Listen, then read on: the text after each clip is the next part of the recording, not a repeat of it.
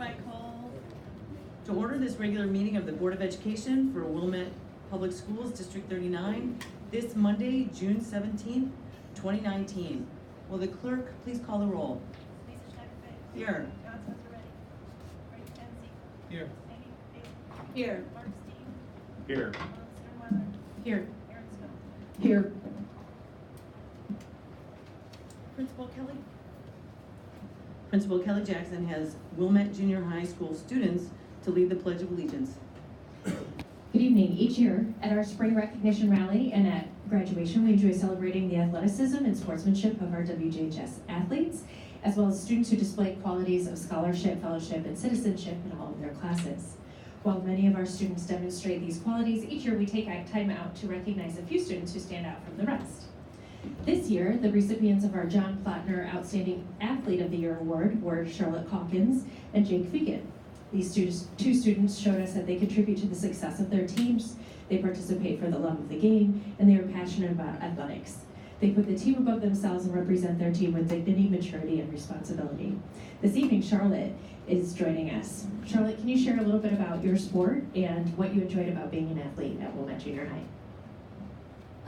So I did cross country, basketball, and track, both as a 7th grader and as an 8th grader, and that was really fun. For basketball, as a 7th grader, I got to play with the 8th graders, so that was a good experience for helping me build a little bit more confidence. And then as an 8th grader, I got to take on a little bit more of a leadership role, and then track and cross country was a wonderful way to make friends, with exercise and endorphins. You're always very friendly.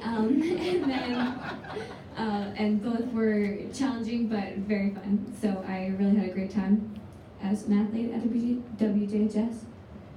Charlotte should also be recognized. Her Blackout Poetry was recently published in the New York Times.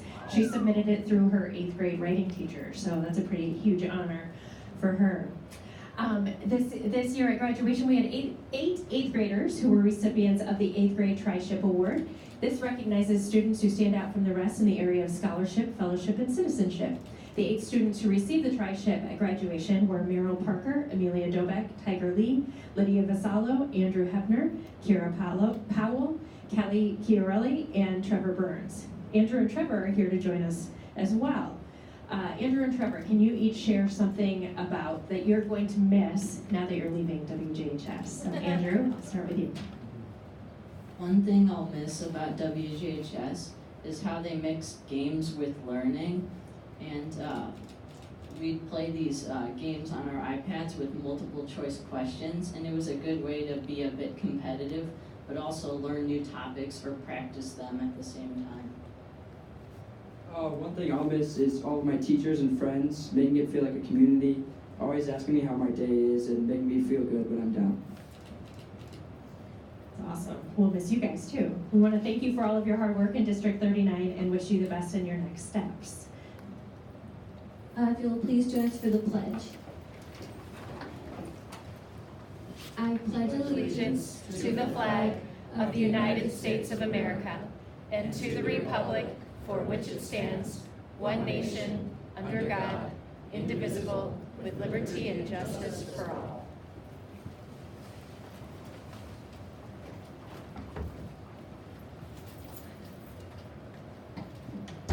Our first action item is to approve the District 39 Board of Education resolution condemning hate and deepening the district's commitment to a positive school environment. Ms. Sternweiler.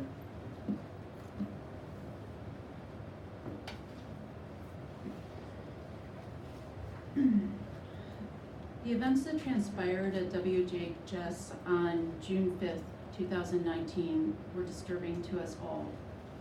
While the Jewish community was singled out, the words and symbols were not just about hate against one group, but an attack on our entire community. For the District 39 Board of Education, this was a call to action. We have more work to do. This is not to diminish in any way the well-founded emotions reverberating through our Jewish community. There has been a rise in both local and global anti-Semitic incidents, which adds justifiable cause for concern. Creating a positive school climate is a longstanding priority in District 39 and was established as a strategic goal in 2016. A statement of inclusion was adopted in 2017, representing a set of ideals that we continue to stand behind. Quote, District 39 believes inclusion plays a vital role in student growth. We are committed to providing a safe and equitable learning environment that fosters a mindset of empathy, respect, and belonging for all District 39 students and staff.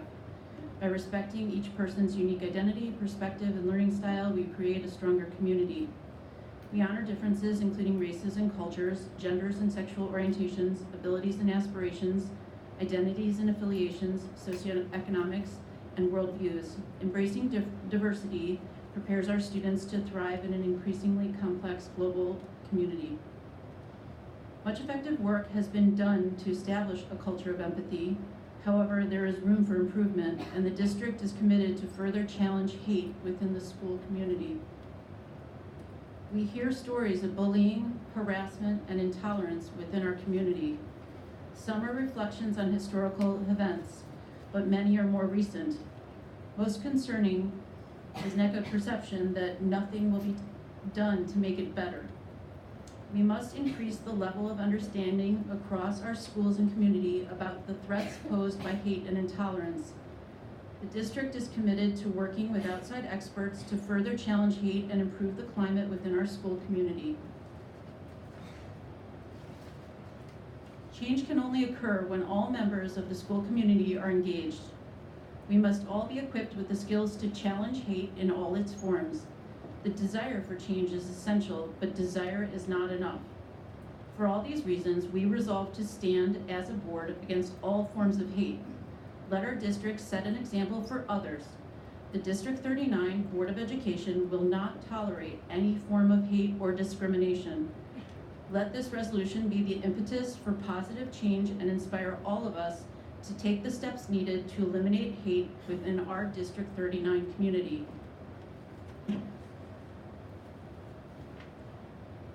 Resolution condemning hate and deepening the district's commitment to a positive school environment. Whereas, Wilmette School District number 39 remains committed to providing a safe and equitable learning environment that fosters a mindset of empathy, respect, and belonging for all districts, students, staff, and community members.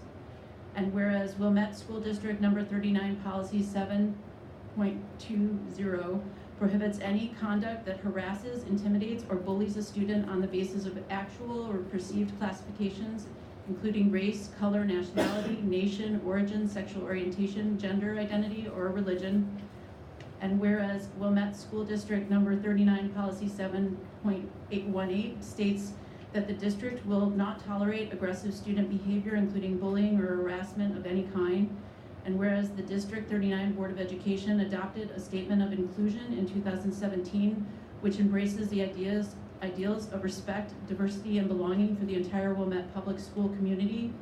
And whereas the Wilmette School District number 39 administration has implemented numerous programs, curricula, and protocols designed to promote inclusion and discourage bullying and harassment within Wilmette public schools, now therefore be it and it is hereby resolved by the Board of Education of School District number 39, Cook County, Illinois, as follows. The Board of Education condemns any and all forms of hate and discrimination. The Board of Education will work towards ensuring a school environment free of hate. The Board of Education empowers the district administration to promote inclusion and discourage bullying and discrimination within Wilmette Public Schools. The Board of Education directs the district administration to commit to and present a clear, actionable, timely, and sustainable plan to reduce instances of harassment and intolerance throughout Wilmette Public Schools. The Board of Education supports all Wilmette School District staff, students, and families in working together towards eliminating all instances of prejudice, hate, and discrimination from within the Wilmette community. Dated the 17th of June, 2019. I seek a motion to approve the District 39 Board of Education resolution condemning hate and deepening the district's commitment to a positive school environment.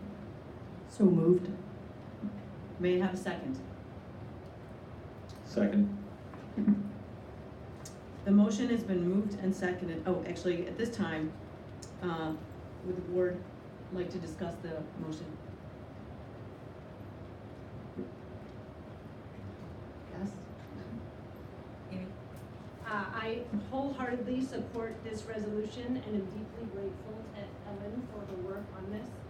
This, I believe, may be some of the most important work we do as a board. There's no doubt in my mind that the district and the administration care about and are committed to this issue, but it's clear there's more work for us to do. This work, that of understanding, acknowledging, and shifting biased thinking, is daunting and doesn't happen quickly. But if we truly are to be leaders in this area, we have to be willing to hold ourselves accountable.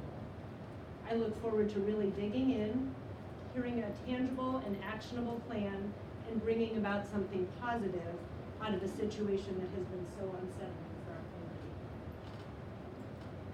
Other board members? I want to thank Ellen for her leadership on this and for your remarks, Amy. I apologize for reading my response, but I think I might get emotional and I don't want to lose my train of thought. I had an experience on Saturday night that further crystallized my thinking about these disturbing recent and not so recent events. I have a son who just finished 7th grade, and he has had the good fortune to spend the past year attending the bar mitzvahs of many of his friends. This past Saturday was no exception. I dropped him off in Eden's Plaza and watched him get on a bus full of other excited boys his age and paused to reflect on what it was that they were doing. And I was overcome with emotion. On the surface, they were a bunch of 13-year-olds going to play whirly ball.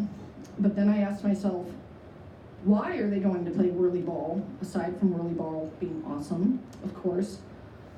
They were doing this because they were celebrating a rite of passage that their friend had gone through earlier that day, where their friend became a man in his Jewish faith tradition. And sitting there watching and listening to those boys through the open bus windows, it occurred to me that indeed they were all becoming men. You can see it in their faces, you can hear it in their deepening voices. In 5 years, they will all be adults. What kind of world will they and will we live in when they reach adulthood? What will our community look and feel like then? I, for one, want them and all of us to live in a society where we celebrate and rejoice in our wonderful differences and in what makes us unique. And where on their path to adulthood, we celebrate when our kids get called to the Torah, or get baptized, or get confirmed, or finish a month of fasting for Ramadan, or make the brave decision to come out, or go through any of the myriad of milestones and everyday successes that they will all go through. Let's work together to make our community and our schools a place where this can happen. Thank you. I just want to say briefly, thank you to Ellen, but thank you to all of the board members. It's a pleasure serving on a board where we had, from the very beginning, a lot of support and consensus for this idea. I think one of the things that I want to reflect on is that it can be easy to pass resolutions that don't have a lot of concreteness behind them. I think one of the things we're doing tonight is saying that when we passed a statement of inclusion roughly a year ago, that was meaningful to us, and we're going to stand behind that. I also want to say, and I think I'm echoing, I know what I've heard from several board members, that this is a step. There's a lot more work we're going to do after this. So I think for me, and I think it's true for others, we will recommit ourselves tonight, but we recognize that we're going to do much more. And I also wanted to say thank you for Lisa for leading us on this. That's it. I just had a couple of real quick, obviously echoing the very well thought out and prepared statements and the effort that Ellen put into this in particular. I'm looking forward to regular updates on this topic. I think this has to be something that we have a certain cadence of bringing it up and discussing it, and that it doesn't become, again, just a resolution that we revisit a year from now and say, this was a good resolution. So I'll be, the board will be working on it, but that's one of the areas that I think that's important, is that this remains top of mind and doesn't just kind of drift into the background. Other comments? Yes.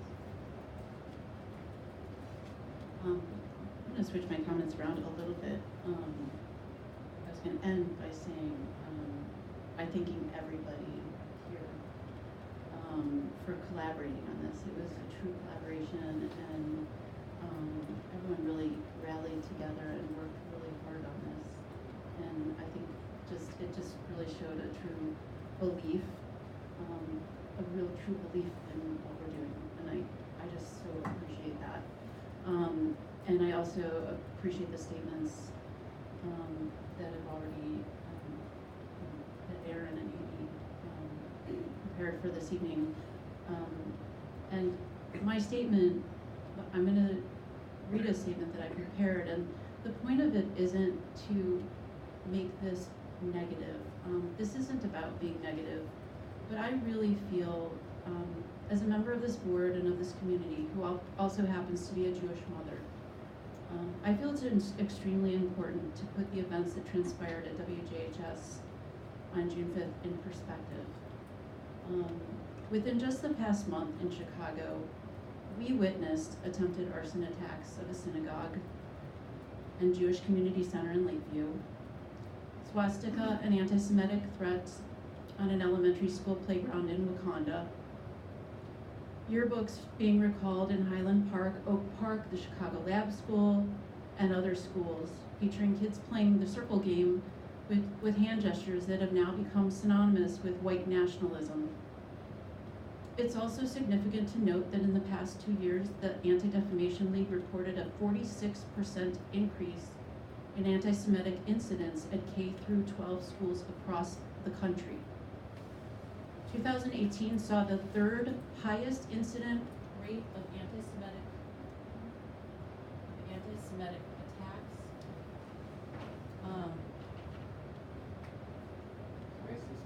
I can speak louder. 2000, I will speak louder. Do you want to go to the mic?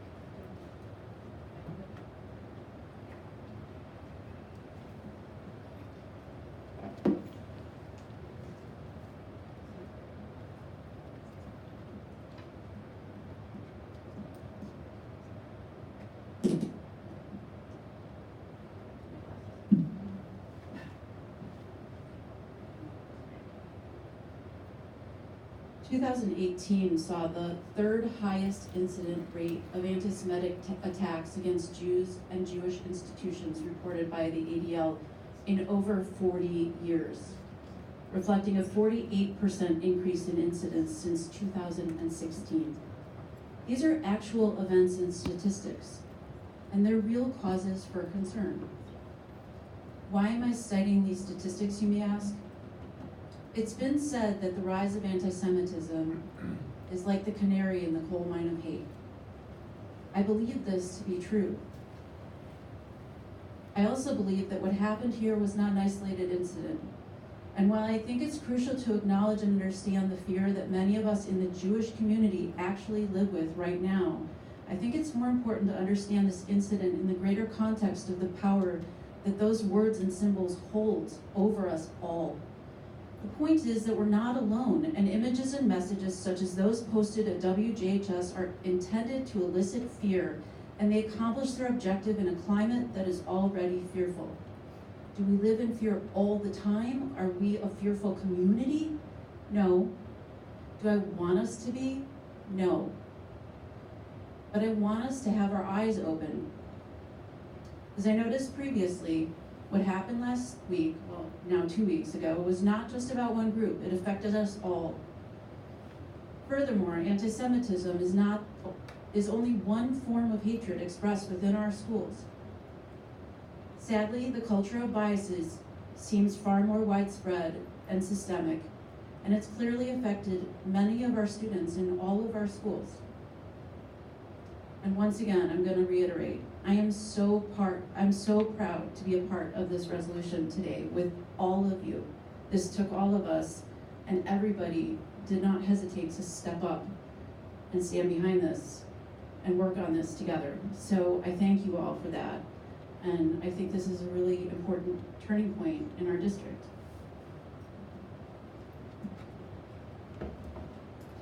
Thank you, Mr. Nolan. Thank you, everyone.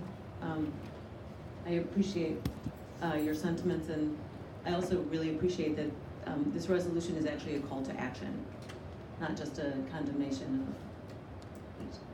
of. And with that, I'm going to ask that the motion has been moved and seconded. Would the clerk please call the roll?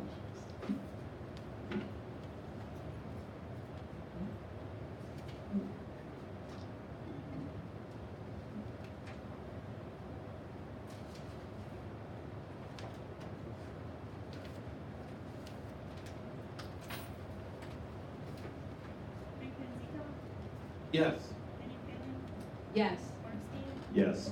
Starkauer, Yes. Ernst, Yes. Schreiber, Yes.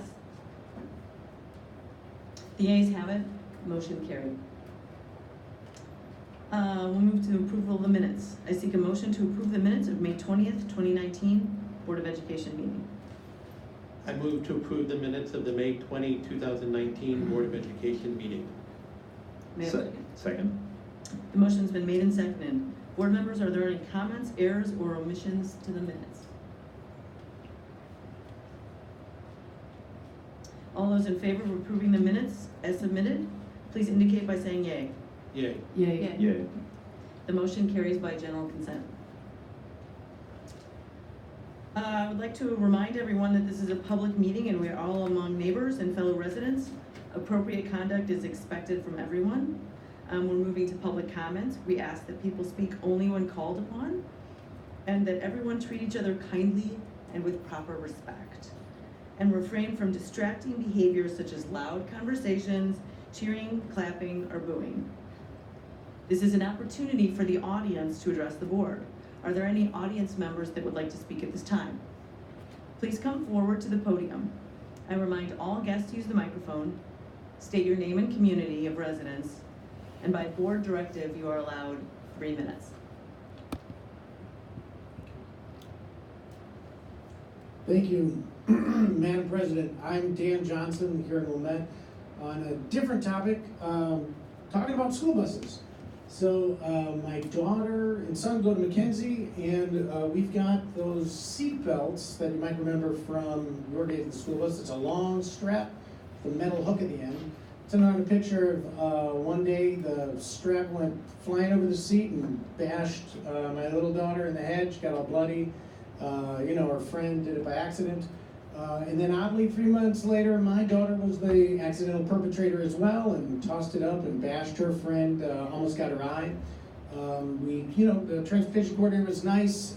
They said they're gonna try to, buckle them up and have a safety conversation. But my ask is for you guys to consider requiring the vendor to install those retractable seat belts that we're all used to, where it's not just a long strap, but then when you pull it, it goes back so that these things aren't weapons.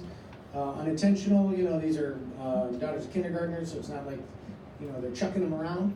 But they are, liability, and I'd ask you to consider asking our vendor to install some retractable seatbelts so we don't have this issue going forward. On a totally different topic, I got a twofer. I happen to be on the library board, and I've asked my colleagues if for permission to establish a committee to see if we can start meeting with other elected officials to see if we can get creative, sort of, neighbor to neighbor that happen to be elected, to see if we can start collaborating more, try to think outside the box, right? We've got 4 governments that are, essentially, we kind of operate as silos, but serve the same people pay for us. So we should think about how we can maybe, share resources or do programming together, or think about, renting our roofs out to a solar company or something. So I'm hoping that my president will create this committee. Hope to come back to you so we can come up with some neat, creative ideas about driving efficiencies and coming up with new services, and maybe not everybody sending a catalog to all the same people every couple of months. So I appreciate your volunteer service, and I want to acknowledge that I'm glad I got to be here for Ray's last one. Thanks for all your work, and appreciate the time. Thank you. Thank you. Are there others who'd like to speak? Please come forward. Thank you. It's great to be back in District 39. Just a few words, Dr. Lechner. I had the pleasure to serve with you 8 years as a Board of Education member. And I just want to thank you for all the great work you've done, your leadership, and your work in special education, your work for inclusion for all students. And one of the things that I remember most about you is many difficult issues come before the Board of Education, and your ability to diffuse difficult situations, your ability to calm parents down when they have an issue with their student or a parent issue. Just want to say thank you, and great job, and look forward to see you in retirement. Thank you.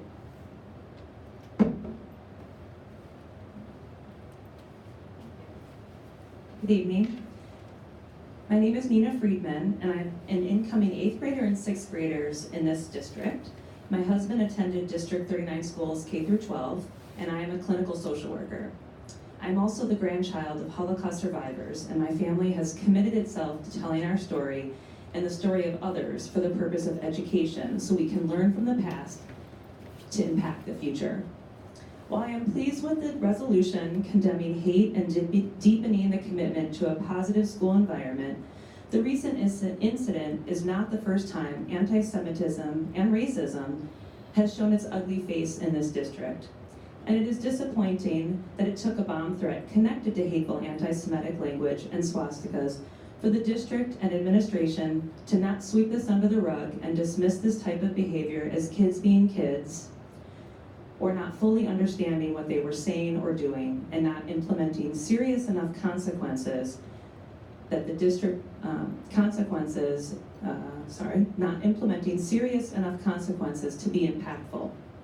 I am eager to learn what consequences the district will bring regarding future incidents of this magnitude, as well as less visible or physically harmful incidents like racist bullying, harassment, and intolerance on the playground or on the bus.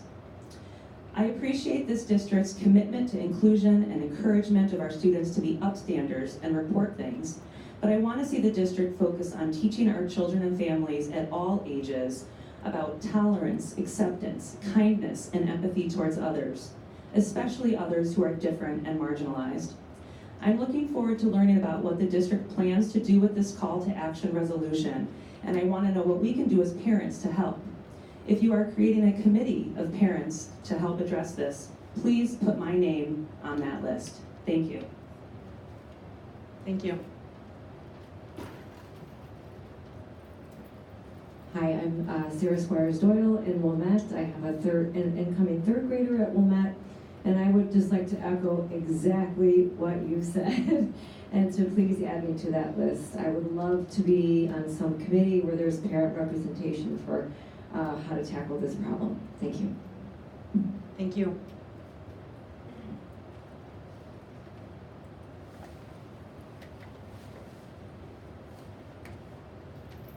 My name is Satyajit Singh, and you can see I'm a visible minority. I never faced racism when I was in India. I came from India, and I come from a very homogeneous society. So I experienced racism through my son. And this started in Central School where he was in 2nd grade. So my son goes to a communion because we are called, and it's called North Shore Club. And there is one Jewish family who is also there. And there is a 2nd grade kid who comes to the mother and tells that you are not required into this North Shore community. And she asked why, and I am invited. And the kid says to her, "You are a Jew. Don't you remember 1990, 1991? And she shared those things when my son was in 2nd grade. So we said, okay, maybe this is a siloed event, and we said, okay, because we never faced that. And then slowly, gradually, my son started facing racism, which was misdirected. Kids started calling him a Jew. People used to call him Egyptian. Kids started calling him slaves of Pharaoh. It started way back in 3rd grade in Central School. It started then it went on to 4th grade as well. And it's not only the boys, and you will be surprised, the girls joined. And we gave their names to the principal, to the school teachers. No action was taken. Then he went to 5th grade. Again, the same kids, boys and girls. Now the group is becoming bigger. More boys comes in, more girls wants to join in. And they are not only giggling around, they are equally vocal on the thoughts of monkeys. Sometimes people say slaves. Sometimes people are misdirecting hate towards Afro-Americans. One of the guys comes, his name is already with Mr. Dubno. He comes and says, they were doing a social studies project in 5th grade, and they were talking about how slavery was there during the Civil War. And the guy comes and says to my son, "Hey slave, listen to your owner." And the owner is a white Anglo-Saxon Protestant girl. And my son had no idea about it. And he was like, "What are you saying?" And he reverts back and says, "Just listen to your master." And he came back and he told me everything. And I was like, why is this kid doing that? So I have to dig and Google it just to figure it out what kids are doing it. And these are basically things as if like I'm revisiting history, as if like I'm living in Germany in 1930s, as if I'm living in Europe in 1910s. And I was like, I came to America to be a part of the future, to be a creative society where everybody's learning to be a better person. So are we going back? Can I continue? We need to wrap up, I'm sorry. Thank you. Are there others who wish to speak?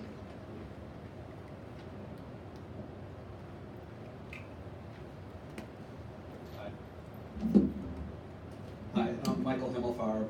We live in District 39. We have 2 kids who went to the district. They're in high school now. We have a 5th grader. We're also Jewish, and we actually have an Asian son. So we it's sort of a double whammy when it comes to things we have to deal with in this district. So I appreciate the resolution, and I appreciate all the sentiment, the thought behind it. But I come from the business world. In the business world, you talk about what specifically are you going to accomplish, and when are you going to accomplish it. My feeling with this resolution is that it's great talk, but I really want to know what you guys are going to do and when you're going to do it. And I hope that you will report back to us with a very specific plan. So that's my first point. And the second point is, I also heard from in the resolution you talk about education and teaching children to be more tolerant. And I do believe that it's great to work towards ensuring we won't have these types of incidents, but I also think you need to have a zero tolerance policy too. So there has to be the consequences when these kids do these things. And sure, the kids might not know, but in my opinion, they're getting it from somewhere, right? They're getting it from their parents, they're getting it from other people in the community. And I think it's up to the school board to really stand up to what they really believe is right and put their words into action. And so those are my 2 points. I appreciate the resolution, but I really would like to hear what you're going to do when you're going to get it done.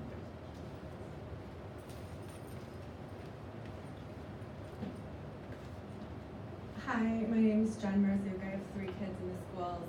We're 3rd generation through Ramona, all the way through New Trier. First, I want to say that I appreciate everything that the board has done and what the parents have done to create these positive schools. I adore my kids' friends. They are polite, they are wonderful children. And that's a great credit to our community, the parents, the teachers. They have excellent manners, and they have most of them have a respect for a wide variety of differences. However, the district's commitment to diversity is not promoted in all homes, as the gentleman before me said, and there's only so much the school can do. I had a 7-year-old girl come into my home and fling anti-Semitic slurs at my family in my home. When her father came to pick me up, I have a Muslim last name, or an Arabic last name. And I think he was very surprised to see a mezuzah on my door. And when he approached my home, he stayed 15 feet back, and he did not look at me, and he did not speak to me the entire time. And no matter how many times this girl is exposed to lessons about tolerance, no matter how many times the ADL comes in, or she's taught tolerance in the Holocaust museums, she's being taught these things at home, and I think the school board needs to have part of when you're developing your plan. Unfortunately, these incidents will happen because what she's being taught at home will carry weight. And the children, unfortunately, some of them will be learning these things at home. And I hope that part of the plan that's developed does deal with real consequences for children who do, or for future incidents, because the children, you know, we as Jewish parents, as whatever the incident is, we have to explain to our children why they are still safe at school. And our children should not be made to feel unsafe at school, and the district needs to support us in that and not protect the antagonists. Thank you for everything that you do and for your commitment to helping us keep the kids safe and feel safe. Thank you. Thank you.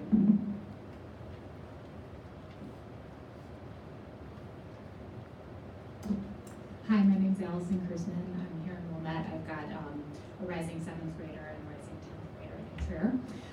I just wanted to echo that one of the things that I've been saying is, well, what are the specific consequences? I understand that giving out the student's name is not appropriate and keeping certain things are private. I think it's really appropriate for everyone to understand exactly what will happen to you if you do these types of things at school. And I don't think the kids understand that because it's all, as far as I know, it's being kept secret and nobody knows. Or maybe it's being decided on an individual basis. I don't think that's okay. I also think there needs to be zero tolerance and a very specific consequence, perhaps different based on the ages, and I understand that. And I think every student has to know specifically about that. Thank you.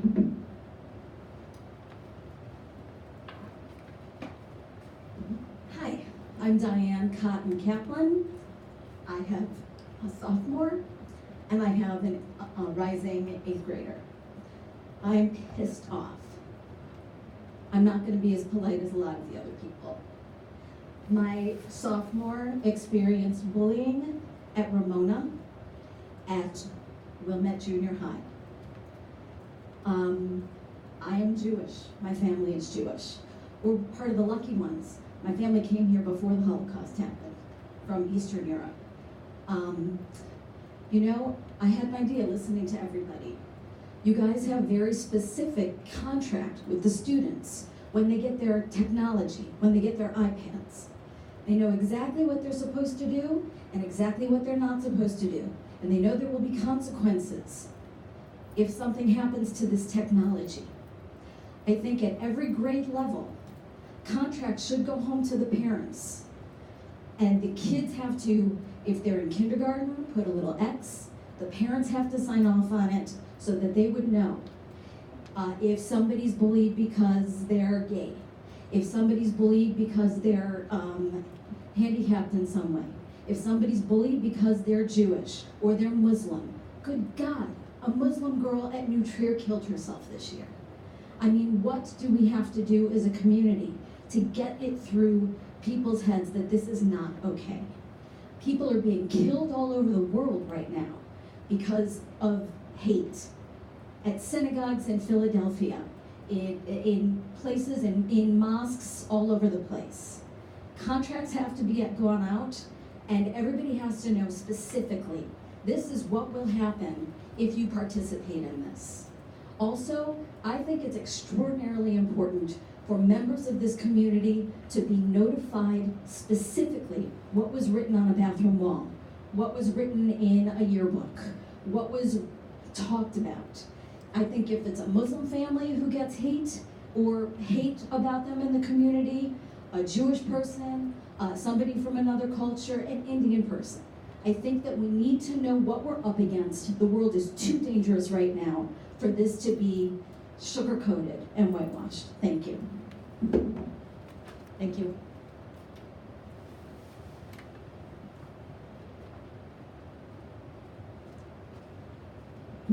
My name is Varuna Singh and my husband just spoke, but I wanted to add something to that regarding my son Aryan Singh experience being a mother. It was heartbroken what we have been going through for the last 3 years.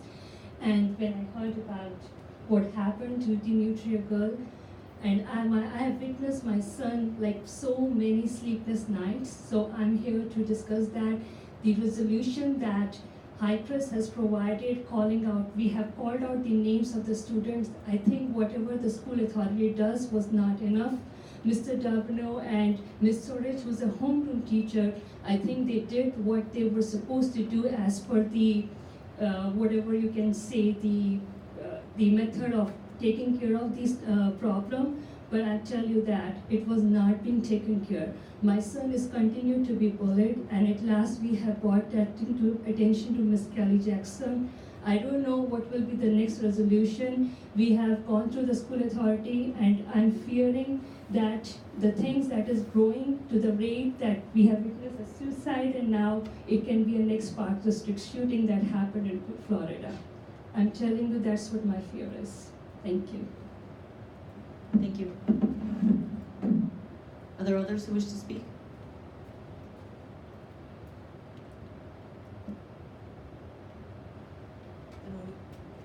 Then we'll move on to board reports. School finance, Mr. Ponzica.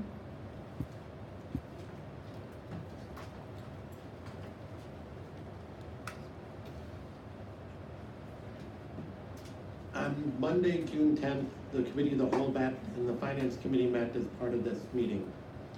We had another detailed discussion on our bond portfolio. We reviewed 2 resolutions that will be presented and voted on tonight. This is part of the process leading to a potential authorization of sale of bonds in March of 2020.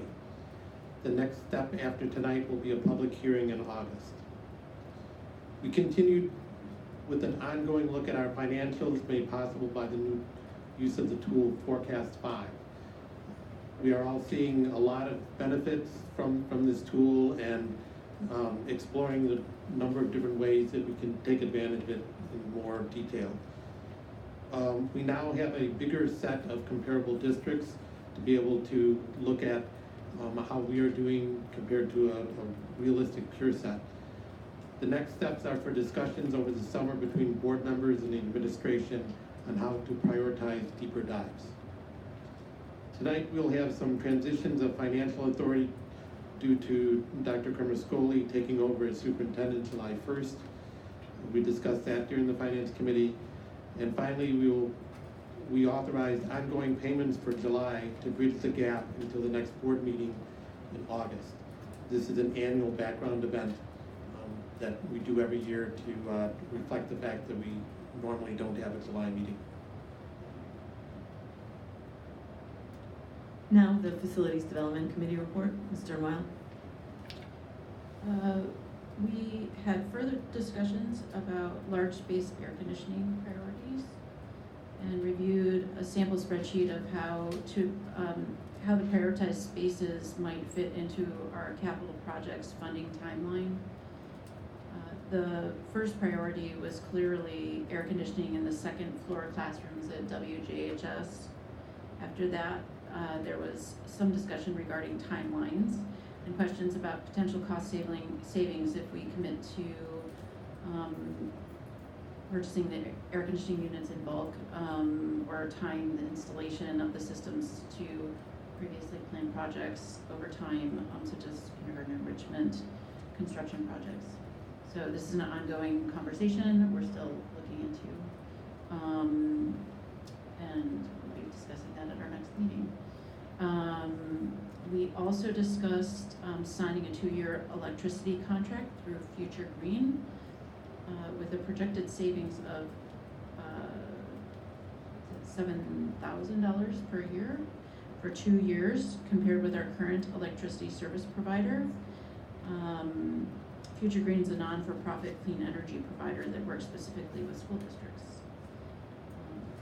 That is the report for now. Thank you. Can we move on to the liaison reports, the CRC, Ms. Stone? Yes.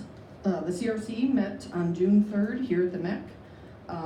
The CRC elected new-ish officers. Maggie O'Brien was re-elected as president. Sarah Leahy was elected as vice president. Dana McLaughlin was elected as secretary. And the CRC also selected its topic for study for the next year, which is building better partnership with parents. And the next meeting will be in August, the exact date to be determined within the next few weeks. Thank you. Now we'll move to the Illinois Association of School Boards. Mr. Moylan. It's going to be incredibly short because we are still in a holding pattern. There is nothing to report. I'll tell you when there is. Thank you. Legislative update, Ms. Doan. The General Assembly approved a balanced budget with an increase of $375 million for the evidence-based funding model. The statutory increase in minimum teacher salary of $40,000 a year will impact approximately half of all Illinois school districts. Senate Bill 28 was signed into law, which reverses ISB guidance issued last fall about what constitutes an instructional school day, putting back into place the requirement of a 5-clock-hour day with some allowable exemptions, including allowing all districts to utilize e-learning days in lieu of emergency days, and allowing 2 of the 176 school calendar days to be utilized for parent-teacher conference days. Senate Bill 1814 passed, containing a pension provision to raise current 3% end-of-year career salary increases to 6%. There are new curricular initiatives which will require that the following things be taught in Illinois schools: civics in grades 6 through 8, the history of Illinois in history classes, the role and contribution of LGBT individuals in society, consent to sexual activity in sex ed classes. Finally, House Bill 2627 has been approved, which requires that before detaining and questioning a student on school grounds who is under the age of 18 who is suspected of committing a criminal act, a law enforcement officer or other school security personnel must make reasonable efforts to ensure that the student's parent or guardian or school personnel is present during said questioning. Thank you. That moves us to our information items. Dr. Lechner. Yes, written communication. We had the board receive written communication from Beth Drucker, Amanda Nugent, Lindsay Jacobs, and Serena McBride regarding the Highcrest Outdoor Classroom. Want to keep going with administrative announcements? Yes. 8th grade graduation. You got a nice taste of it earlier this evening, and on June 11th at the new Trier Gates gym, we had an incredible celebration for 445 students that proudly moved to New Trier High School. And for next year, we have a tentative date already for Tuesday, June 9th of 2020. Next, the Administrator for Student Services. We're recommending Dr. Kristen Swanson as the Administrator for Student Services for 2019-20. Kristen is a veteran administrator. She spent the last 5 years as the Assistant Superintendent for Student Services in North Shore District 112. Previously, she was Director of Special Education in Glenview District 34. And before that, she was an Autism Coordinator for NSSED. She holds several advanced degrees, including a PhD in school psychology and a master's in educational leadership. She's an excellent fit for District 39. She's not here tonight because she's traveling internationally and she could not be here, but we're still recommending her.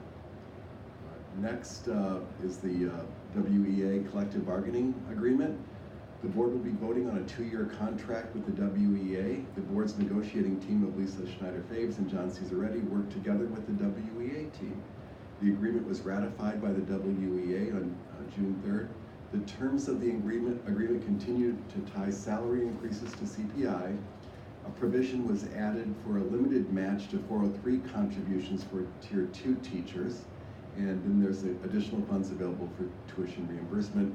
The contract is ready for your approval. Next is administrators' compensation and benefits. Along with approval of the WEA contract, the administrator's compensation and benefits plan has also been updated, and the two are aligned, and is also ready for board approval. Next, we have property tax assessment appeals. Intervention in property assessment tax appeals has been filed with the Property Tax Appeals Board and the Circuit Court of Cook County. These appeals are in accordance with policies and limitations established by the Board of Education. The property index number and the estimated refunds are listed for new property tax interventions this month. Next, we have a resolution authorizing July bill payments. This resolution allows the treasurer to fulfill financial obligations during the month of July, as the board has no meeting that month. Then we have the Illinois School Treasurer Bond Renewal. This is an annual event.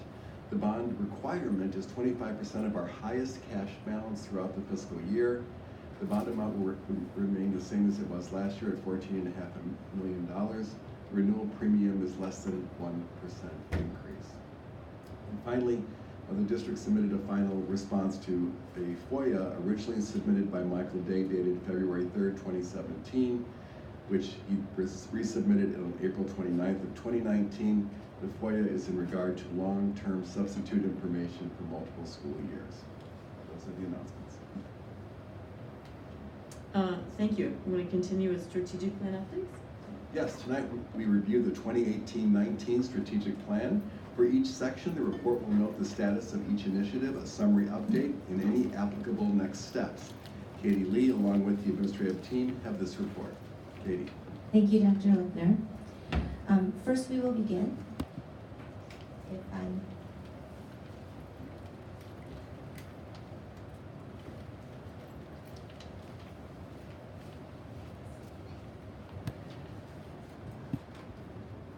So first we will begin with the new initiatives, and Ellen Crispino will present on the school nutrition initiative first.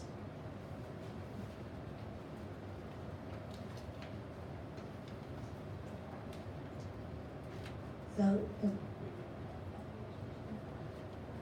the Nutrition Committee began by administering a survey to students and parents to gain information on the food service program. On this slide are the key results from the survey and the metrics we will use for measuring improvement going forward. On the left side, you can see 85.9% of parents indicated satisfaction or extreme satisfaction with District 39 food services. When students were asked the same question, 81.8% of elementary students, 79.6% of high-crest students, and 68.8% of Wilmette Junior High students indicated they liked the food provided by the schools. Then we asked parents and students about their satisfaction with the nutrition of the lunch program. 84.6% of elementary parents, 79.9% of high-crest parents, and 78.9% of Wilmette Junior High parents indicated satisfaction or extreme satisfaction with the nutritional value of school lunches. When students were asked the same question, 68.2% of high-crest students and 59.8% of junior high students indicated satisfaction or extreme satisfaction.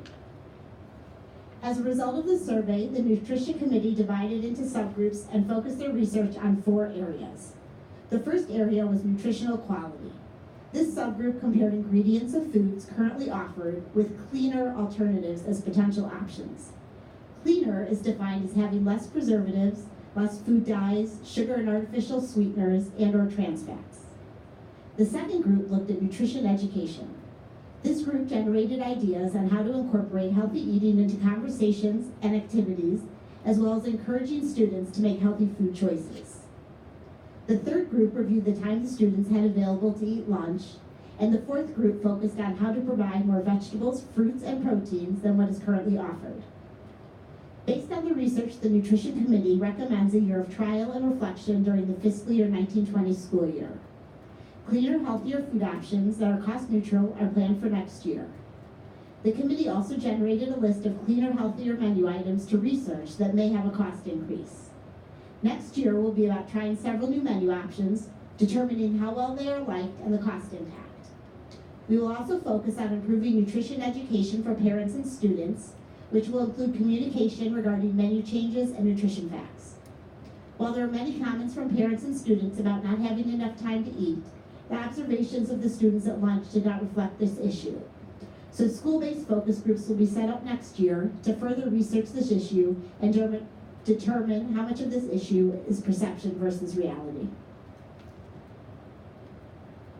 Thank you, Ellen. School nutrition will continue on the strategic plan next year as a continuing initiative.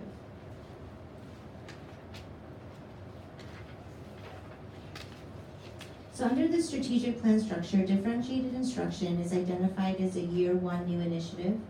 And however, a more accurate description would categorize this initiative as District 39's commitment to continuous improvement in the ways in which we can meet the needs of our students. And administration has met this year's intended outcome. English language arts is taught through the workshop approach. This approach to teaching reading and writing promotes differentiation practices to meet the varied needs of students. And alongside the classroom teacher, District 39 provides support and/or enrichment through full-time specialist roles. For mathematics, teachers differentiate with a similar process as English language arts. However, the review has led administration to recommend a more math-focused support in grades K through 6. The delivery model of supports would be better aligned district-wide by shifting the K-4 differentiation support teacher role to prioritize the math needs of students over other content areas and providing a full-time math support teacher for 5th and 6th grades rather than a shared full-time math support teacher. So next year, this initiative will shift to becoming a continuing initiative on the 2019-2020 strategic plan. The differentiated instruction initiative will embed 2 other initiatives, personalized learning and student growth. The intended outcomes will integrate the 3 initiatives by setting academic and non-academic goals based on student achievement, growth, and celebrations. Next, we will share the review of the continuing initiatives. The first one being kindergarten enrichment, which is in its 2nd year. Administration has met this year's intended outcomes. The construction plan for Central and Harper Elementary Schools was completed. The Board of Education authorized the bidding process in February, approved construction bids in April, and construction will begin at Harper School this month. Central School's construction will begin in June 2020.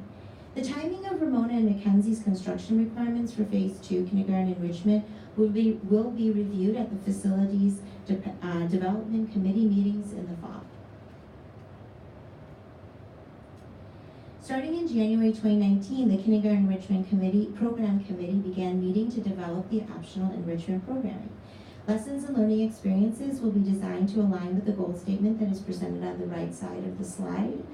Committee members will focus on the following areas: mathematics, literacy, reading and writing, science, STEM, including nature, arts, which will include crafts, music, and movement, social emotional learning that emphasizes kindness, empathy, and resilience, play in the categories of socialization, cooperative games, self-regulation, and social thinking. And next year, this initiative will become a Year 3 continuing initiative on the strategic plan. Last year, the administrators learned about personalized learning and defined it as a guided instructional approach where learning is student-initiated, student-driven, and teacher-facilitated. It allows for learning experiences to address distinct learning needs. In a personalized learning environment, students take an active role in their learning by exercising their voice and choice in setting learning outcomes, establishing learning pace, and monitoring progress. This year, administration has met the intended outcome by auditing current practices using a personalized learning framework. Administrators have reflected on the current practices and have come to the conclusion that we need to set our focus on learner profiles and personal learning paths. These 2 attributes are integral parts of how teachers differentiate instruction, addressing student needs to promote growth and learning.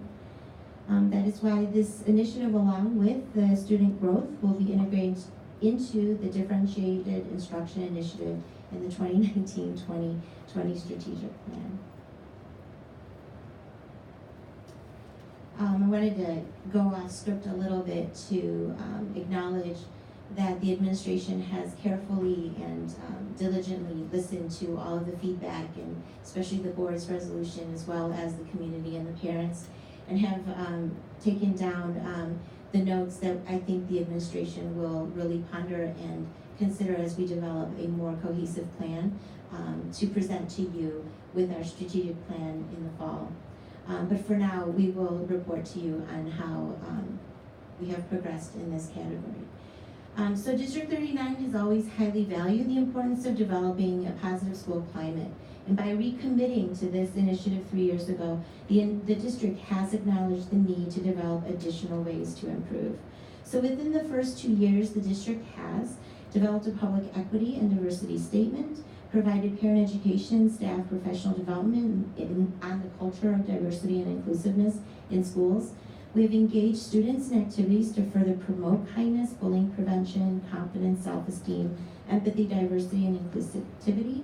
Provided staff professional development on District 39's bullying policy. the difference between social conflict and bullying, and restorative practices. We have monitored and reported on cases of bullying as required by law, and we have approved and posted the Statement of Inclusion to District 39's website under its mission statement. We have also trialed 2 social emotional learning universal screeners, the Devereaux Student Strengths Assessment, called DESA, for elementary school age students, and Mindsets, Essential Skills and Habits, MESH, for middle school age students.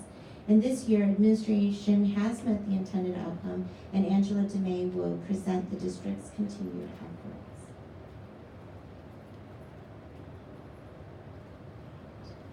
So the information on the screen reflects the data collected from the May benchmark assessments.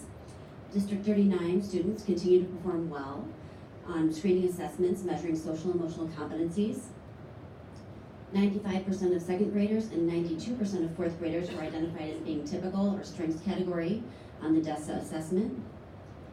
MESH benchmark screening data from both the fall and the spring indicate that students in grades 5 through 8 score above the 80th percentile nationally in all areas, including classroom effort, self-management, self-awareness, self-efficacy, growth mindset, and social perspective taking. Additionally, a school climate survey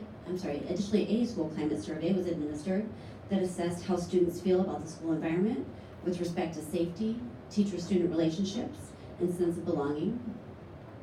District 39 students have a strong sense of safety when compared with their same age and grade level peers, with sense of belonging and student-teacher relationships being identified areas for growth.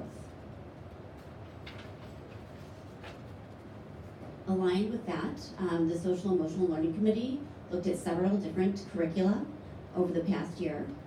Ultimately, we decided on selecting Ruler as the new curricula at the 5A grade level, with Second Step continuing to be utilized at all grade levels as well.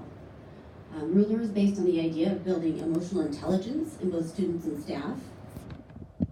Ruler is a scientifically research-based curriculum out of Yale University, and uses anchor standards to help build a sense of connectivity and community by developing knowledge, attitude, and skills associated with a positive school culture. Most notably, the first anchor standard in the charter is the charter, which involves staff and students in developing group norms to build consensus and congruence with respect to expectations and educational outcomes. Ruler aligns with the current positive behavioral supports being utilized in the district.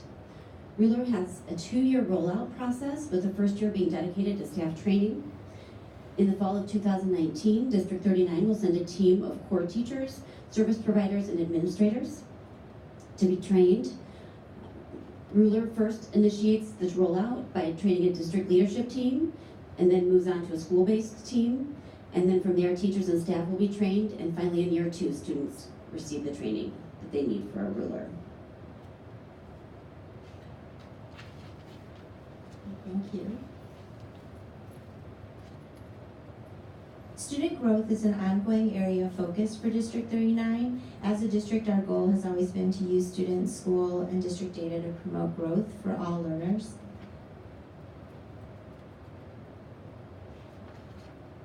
To improve our efforts, District 39 focused on integrating student growth data and enrichment interventions into the multi-tier approach called Response to Intervention. So this year, the Response to Intervention Committee has reviewed the tiers of instruction, revised the tiers of support to better define learning needs as not only additional support, but also enrichment and extension. Throughout the year, student growth data, both quantitative and qualitative, have been part of the conversation. Assessment reports and classroom performance provides a multi-perspective approach to understanding what students need in terms of instruction. Classroom teachers and differentiated support teachers have access to beyond grade level standards to assist in determining learning targets for students. Next is school attendance, and Romy DeCristofaro will present an update on school attendance.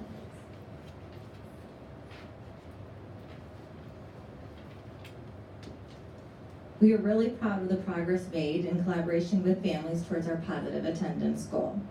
This graph shows attendance trends in District 39 over the last 5 years. The green bar represents the percentage of students with positive attendance, which continues to trend up. Positive attendance is defined as being in school for 95% of the time or more, or having fewer than 9 absences. While we fell short of our 75% goal, the percentage of students with positive attendance has increased from 63% in 2014 to 73% in 2019, and we have improved by 6% since we initiated our goal. The yellow bar represents our Tier 2 category. This category includes students who have been absent between 9 and 17.5 times during a school year. This group has decreased from 27% in 2016 to 22% in 2019, suggesting that these students are gradually moving into the positive attendance group. The red bar represents the percentage of students in the chronically absent category. Chronic absence rates were at a high in District 39 during the 2014 and 15 school year, and our efforts to reduce chronic absences have assisted in bringing the percentage down to 4.9%. This graph shows the percentage of students with positive and chronic absence rates broken down by grade level. Positive attendance rates continue to be stronger in the elementary grades, and chronic absenteeism continues to be highest among our 7th and 8th graders. Our hope is that as students progress through the grades, healthy attendance habits established early on will encourage positive attendance in future years and as they enter the upper grades at the junior high. As we move forward, the established and successful attendance practices that have been put into place will continue, along with efforts to support our students who are struggling with school avoidance. Thank you.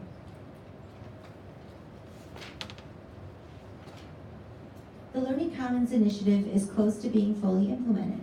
Ramona and Mackenzie schools have exceeded the intended outcomes set forth in the 2018-2019 strategic plan, and this concludes Ramona School and Mackenzie School's 2-year cycle of monitoring its use and the application of the 4 Cs as a formal part of the strategic plan. Kelly Jackson will now update the board on the plans for Highcrest Middle School. The Highcrest Middle School's Learning Commons will be added to the 2019-2020 strategic plan as a continuing initiative. Over the past year, District 39 worked with STR Architects to develop plans for Highcrest Middle School's Learning Commons. STR collaborated with staff and administrators on the design plans and presented cost estimates throughout the year. Construction is approved and began today. As you can see by the renderings, the impact of the future Learning Commons will be felt on the outdoor classroom, the current outdoor classroom. Maintaining viable and inviting outdoor learning spaces has been an integral part of the HMS Learning Commons planning, and one of the goals of the new space will be to connect the indoors and outdoors to provide increased opportunities for students to experience the outdoor classroom. The top left rendering shows the glass walls that are planned. There are also doors in those walls. The cement that you see there is just for the illustration purposes. That's not what it will actually look like. And then the second drawing that you can see is what the inside will look like. So you can see how transparent the outdoors is. And this will be a space that's available to students throughout the school day, as well as at recess and before and after school. Plans for the reestablishment of the outdoor classroom space have been developed as well and will occur in 3 phases. Phase 1 is taking place this summer as a part of the construction plan. It's the hardscape, drainage, and infrastructure design embedded in the STR design for the Learning Commons construction. Phase 2 will occur next spring after the completion of the building and hardscape. This will include landscaping and planting. Student voice will be very important to this process, as will staff input. $50,000 is currently budgeted for the implementation of the second phase. A third phase, planned for spring 2021, will include considerations of enhancements to the mini farm, a potential rain garden, or possibly a new external garden to compensate for space loss due to construction. Thank you, Kelly. The final section of the strategic plan address annual business topics. School safety. Administration has met this intended outcome. Since fall of 2018, Tony Dumonte, Administrator of Technology, Information, and Safety, has updated the Board of Education on the status of each safety item. Although all items on the phase plan was completed, ensuring the safety and security of students and staff in District 39 is a primary and ongoing goal. Within the past year and a half, one specific example of success has been the installation of security cameras and monitoring stations at the schools. Therefore, next year, administration will identify a new outcome focused on school safety and security. Kelly Jackson will share on the standards-based learning and reporting.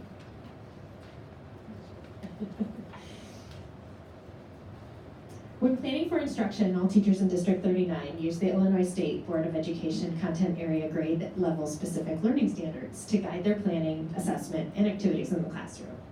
These standards are aligned throughout the content areas and are regularly reviewed through the curriculum review process. Student progress is gauged through a process of assessment and monitoring, understanding toward the final standard goals. Elementary report cards were reviewed and implemented in 2017-18, and they communicate student learning and progress in a detailed format. While we were prepared to implement revised progress reporting documents in a similar fashion for grades 5 and 6 at Highcrest Middle School, based on feedback and questions posed by parents at the start of the school year, we paused the implementation plan that was previously planned. This pause provided an opportunity to work with experts in the fields of standards-based learning and reporting, and to offer more opportunities for parents to learn and share their input. In addition to a parent evening with Dr. Tom Gusky, an expert in the field of progress reporting, Katie Lee and I hosted 3 parent focus group meetings, one in the daytime, one at night, throughout March and April. During these meetings, we discussed background and rationale of including standards on our reporting document, as well as the individual components for reporting. Parent feedback was collected and considered as changes were made. A parent information night was held on June 4th for any interested parents of rising 5th and 6th graders. And at this night, we explained and answered questions about the revised reporting card format and the timeline for reporting. If you look on the screen, you can see the components that are included in the Highcrest report card for the coming year. The purpose of the District 39 reporting system is to provide a communication framework amongst parents, students, teachers, and administrators that fosters each student's academic growth and the development of learner characteristics. The middle school report card components are learner descriptors, which are engaged, prepared, and self-directed. Probably need a magnifying glass to read them up there, which is consistent with the current format. And they will continue to be marked with a 3-2-1. So the 3 is for consistent, consistently, 2 is sometimes, and 1 is seldom. That has not changed from this year. Content standards have been added for detail in the specifics of what a student knows and is able to do in a content area. These will be marked with a 4-3-2-1. The 4 stands for extending and applying standards, a 3 for meeting standards, 2 for progressing towards standards, and a 1 for experiencing difficulty. Finally, a summative achievement letter grade based on a child's achievement with respect to all standards covered over the course of a semester will be given. The letter grades will be A, B, C, or D. This new format will be implemented this fall. And looking toward the coming year, we will share information with parents and we'll host another parent information night to review the same components. Then after each quarter really, or step in the progress reporting system, we'll gather parent feedback as well as staff and student feedback so we can make revisions if necessary. Thank you. Just to add, as we were transitioning, the parent focus groups were probably the best parts of this year because of the information that we gathered and the input that we were able to hear in order to make those revised changes that you saw. Okay, so the district instrumental music program is next, and administration has met this year's intended outcome. District 39 asked students for feedback directly in order to identify what is going well and what needs more attention. And during the week of January 22nd, students were asked to complete a 3-question survey using a 4-point rating scale. In addition, students were offered the opportunity to comment after each response. A total of 412 students answered the January survey and 381 students answered the May survey. Based on these results, the instrumental music program will continue to check in with students in all areas with a goal target above 90%. In addition, particular attendance will be spent on the students' ability to reschedule a technique class in the event of a conflict. As we monitor over the course of next year, District 39 will report updates to the board as requested. The Science Curriculum Review Committee has completed the first year of the Science Curriculum Review. The work will continue next year with the intended implementation of a revised curriculum in the fall of 2020.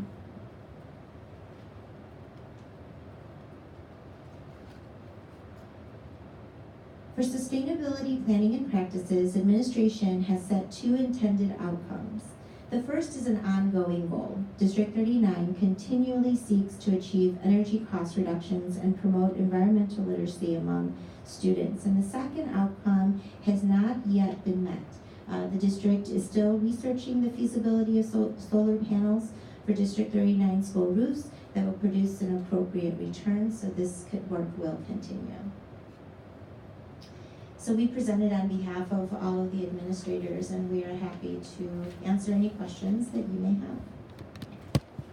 have. First, I want to thank you. That was a lot of work. And board members, that was a lot of information. Questions from the board? Mr. Mullen. A second, thank you. Quick question, which you may or may not, you probably don't have an answer, sorry. But I'm curious about the surveys for the music programs, and maybe it's more a suggestion. Did you break down the responses of the students? I'm most interested in, I guess, kids who have decided not to continue, because or had very negative, looking at the 39, looking at the kids that were very negative or negative overall experiences this year. And I guess I'd love to know the schedule of that was, I think, very challenging with the switching every day or whatever for kids that have executive functioning difficulty, and we have a lot of kids in our district with executive functioning issues. And so I'm just curious if we have any data on that. Sure. Let me answer that first immediate one about the executive functioning. It was one of the feedback about being able to complete and manage any work that was missed. So the first question was our intent in addressing that. As far as the lower ratings, we have broken that down. We've actually broken it down to the grade level as well as some comments that are associated with it. And that was shared directly with the teachers so that they knew that it was for their particular group and that they should listen to the impressions of the students. And so then, but as far as the students who did not continue, I apologize. Our survey was intended for the students that were participating in the program currently to make their experience with the new rotation cycle hopefully it's better than it was in the past. I just want to add one really quick thing. Sure. I have to say, no matter what, I was astounded. I'm just going to say as a parent, the teachers were amazing. They went out of their way to make this program work. I really was astounded this year by it. So I just wanted to add that as a positive. I'll pass that on to them. Thank you very much. Other board members?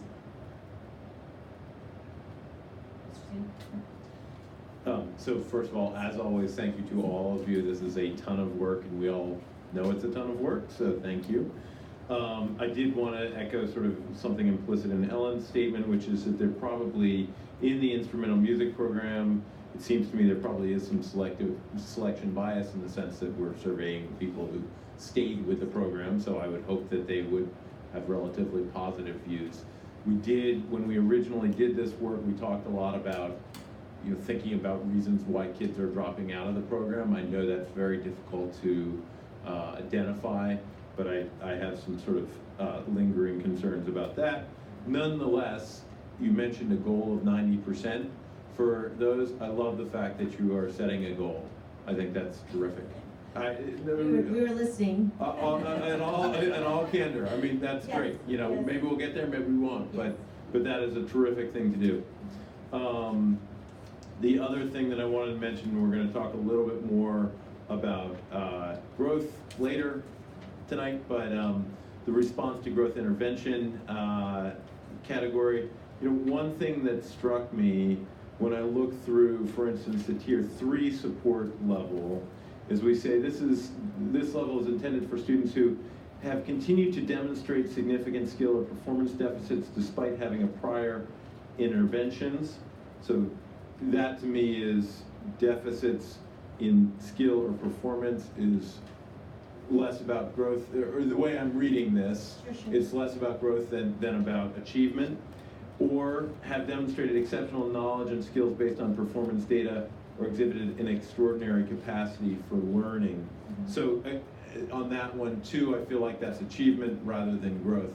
One of the things that I'm wondering is, did we have a lot of students now that we're identifying as high achieving, but they get a RTGI because they don't have the growth? Like what do those numbers look like? Yes, so actually those numbers will be in the next report, if there'll be a chart and everything, so. Oh, I saw, okay, good. I saw a different chart in the next report, but that's.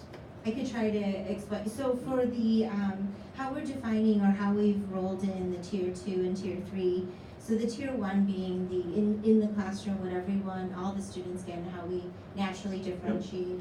Or tier 2 could be what we consider to be our win classes, where we identify a particular strength or identify a particular area. So tier 3 could be those exceptional outliers is what we were thinking. We have students in our district who are beyond grade level and therefore they receive instruction in that way. So either another teacher has come to teach them specifically, like a 3rd grader who is engaged in 5th to 6th grade math. Those are those outliers that we look at the tier 3 level. And I just want to be clear, I'm talking about something that I think is a little subtly different from what you're talking about, I think, which is, I understand that there are students that have very high levels of achievement or are struggling with an appropriate level of achievement, either end of the spectrum, right? I'm thinking more about the students who are struggling to get the growth they need. So they may be high achieving, they may be in the middle somewhere. I mean, it's a whole, well, we've talked about it, you know, it's a different dimension, right? So the first blush would be, who are our high achieving students, and then from there, looking at their goals that show that they're beyond grade level or they're more advanced, and then targeting those so that we can show growth. They need to be taught, or the intervention needs to be addressed based on goals and objectives so that they could actually show growth. Okay, I just want to add that I totally get what you're saying, so I'm going to help communicate that. We have a all-day council on Thursday, so thank you. Other board members, Mr. Pazinga? One of the advantages of having a really long and detailed report is I have many questions. A couple of simpler ones first. On the positive attendance, one of the things that pops out to me is that in 7th and 8th grade, and I understand that pressures get higher, puberty kicks in, all sorts of distractions, how we call it. But in light of tonight's theme, shall we say, discussion, has there been any Pareto of what causes the 8 to 10% chronic attendance problem in 7th and 8th grade? We didn't go into detail like we did in the past when we fully analyzed the chronic absences, but just I'm going to speak anecdotally about some things that we've observed this year. Is I do think that school avoidance and anxiety and social phobias are still prevalent at that age group. And then of course, when we're working with students who are having those challenges, it's much easier, I think, for parents to help get their elementary students to overcome those. It's much harder to manage that at home with a 7th or 8th grader. So it's just a more challenging thing to kind of work through.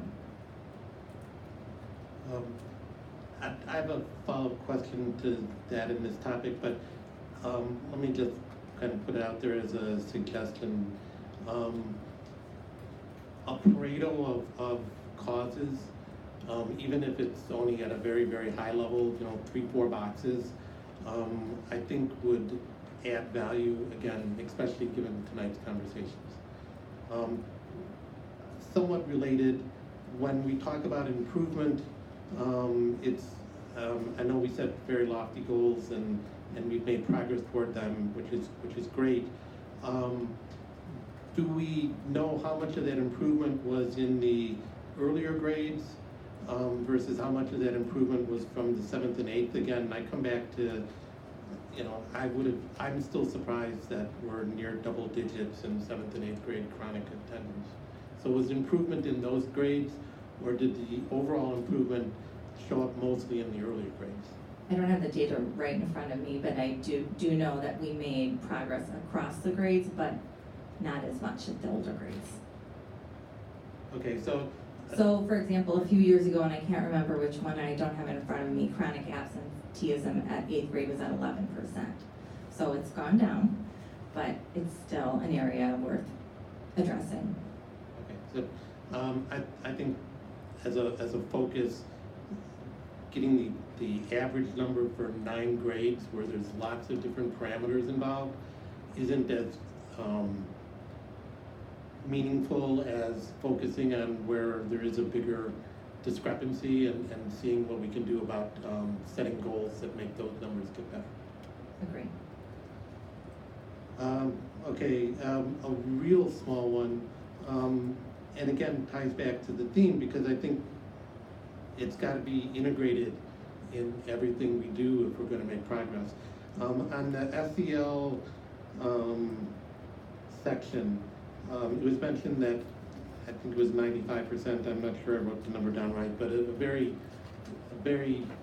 large number came back and said that they met the standard. Without knowing the standard, without knowing the survey, in general, if we get 95% on anything, then we're not testing with the right gradation. So is there any, what's the next step? I mean, if 95% every year is great, that means we're not going backwards and we're making, we're continuing doing well. But to do better, is there any other way that we can get more feedback, more gradation in that particular scale? I think you're speaking about the elementary DESA assessment that went out, so I'll Yes. respond to that. Thank you. So that is meant to be a screener, kind of like we do for our academics, and our teachers use that to pull out any students who might need additional support. So for example, for I think the 2nd grade and 4th grade where we had something like 5% who showed up as needing instruction, that helps us think about how to target and provide interventions to those 5% of students at that grade. What else? It's also helped us to, because there were 8 different standards that it looked at, it helped us pull out some themes. So when we're thinking about our 2nd step curriculum or lessons that we're doing in the classroom, do you remember off the top of your head? Was it like optimistic? Oh, there it is. So the different themes that showed up as patterns in terms of needing more instruction that our teachers can focus on in the future is goal-directed behavior, optimistic thinking, and social awareness. So broadly, it helps us look at that, but then at the individual level, it helps us pull out students who need interventions. Let's see, my next one. Okay, the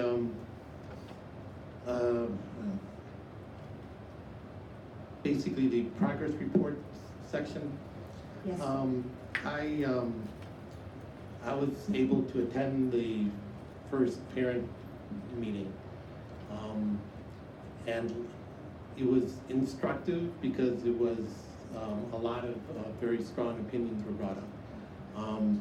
I was not aware of and/or invited. I'm not on all the mailing lists, and maybe that's something that needs to be improved.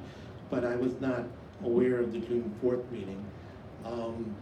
What was the tenor of that meeting compared to the earlier parent discussion? So the June 4th meeting was for rising fifth graders and rising sixth grade parents of, and actually we went through the same presentation, often the same information, and I'm happy to report that we got a little bit of an applause at the end. We were able to, because of this, the crowd, able to answer those questions. I think our parent focus groups, the smaller ones that you were alluding to that you didn't know about, those really helped us inform the way in which we explain and present the information in a manner that resonates with the parents. So using their feedback presented to this parent night, and they seemed to be, everything seemed to be well received.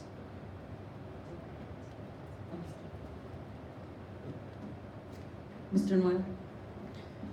So I wanted to go back to the school climate, surprisingly.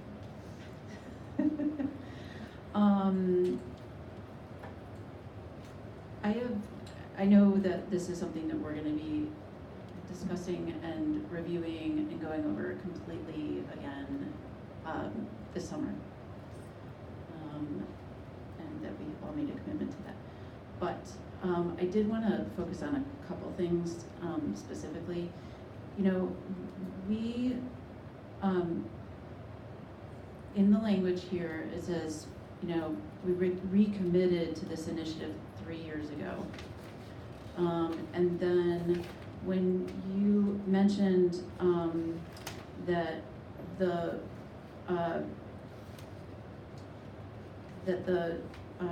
that ruler was chosen as the best fit, you said that that was going to take 2 years to implement, and it hasn't begun to be implemented yet. So basically, it's going to take 5 years to implement. I mean, from beginning to end, like a plan. So I just want to go back a step and just say, I'm not sure about, you know, I don't know, I'm not an educator, so and I'm not criticizing, but I am saying that in 5 years, we can already see in 2 years by what I read that everything has changed profoundly in our society. And this is such a changing, I hate to use the word target, but the target is changing so quickly, and in this particular topic, I'm really concerned that we've missed, or we are missing the boat on this. But the bigger concern is that there may possibly be, I just want to throw this out there, I don't know if it's a statement or question, maybe we could look at short-term and long-term goals, because there's an urgency here. We heard it with all the parents that got up. And I guess one of my questions has to do with, there is a question here, with the DESA, the MESH, all these tests that we've done. I really feel, after listening to all the parents that got up and knowing, after having listened to comments and firsthand accounts of countless other parents and their stories about, you know, words and bullying and actions and things like that against kids for all different reasons, differences, race, ethnicity, gender identity, everything, that we're not somehow capturing the whole picture here, that these tests aren't capturing, or we are not somehow capturing all the incidents. And I don't know how we do that. I think, you know, Yes, do you know what I'm saying? I do. I definitely do. Thank you for an opportunity to clarify. You know, we have a curriculum. However, one thing that we reflected on, especially at the 5-ed level, is it just wasn't effective. And so we needed to find a better match. And so this was our journey to find one. So it's not as though you are absolutely right about the short term and long term. Please consider the ruler as being the long term, because we find that as a match, but in the short term we will address this. I believe that when you express your concerns about whether our assessments are, addressing the primary concern right now, I want to assure you that this topic of school climate is so vast. And I think what, if I may be honest, is we bit off more than we could chew, and we need to really zone in that focus on some of the attributes that you're speaking of. I also want to indicate that these assessments were not targeted for those. So what we have to do is look for something in addition to or a different approach, but Right. these were not intended for that That makes purpose. sense. And this wasn't the blame game or anything. I want you to be really clear. I understand, I even read reports on it that specifically stated how difficult it is to get kids to open up about those specific incidents in a school setting. Like, I understand that, but that's why I'm bringing it up, because when we're talking about this climate and the culture of empathy that we all know now is so crucial, that's why I wanted to mention it. I wanted to share also, just with respect to the mesh, one of the areas that Angela pointed out that was an area of focus for especially 7th and 8th was a sense of belonging. And that is, it completely ties into everything that we've been talking about tonight. I think that Ruler definitely, as we train staff, it will filter down to students and it will become more robust. And we want to be very thoughtful with that, but you are exactly correct. And our goal is to have some short-term and long-term goals, and so we can start to tackle this sense of belonging head-on, and help it to be even more inclusive and help it to really matter to our kids, because through the conversations that we've had with our students, they know the right lines, they know the curriculum, and I think through Ruler and through looking at several programs, we're looking for something that becomes more of the fabric of who we are. So that was one of the reasons that we adopted that. Ms. Dunn? I know Frank has more he wants to ask, but Continuing the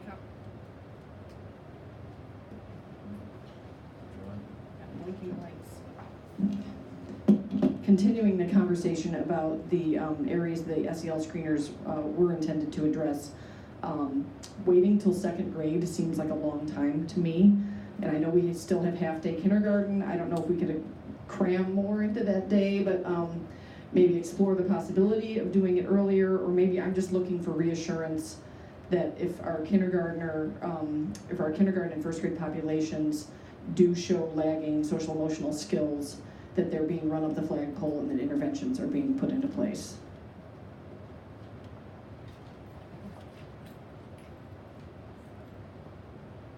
When we selected to do this, I think last year, 2nd and 4th grade, part of the reason that we didn't do kindergarten is because there were different assessments that they felt were redundant. And then also just keep in mind that at the elementary level special, there's always a social work referral process that happens at every grade. Other questions before we turn it back over to Mr. Benzica?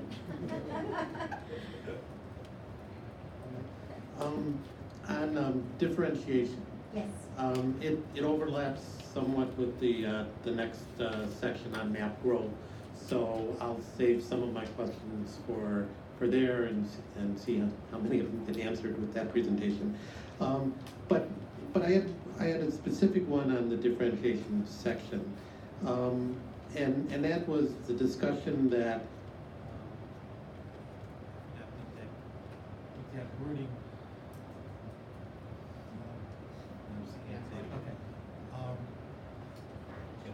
There's a hand mic up there, watch.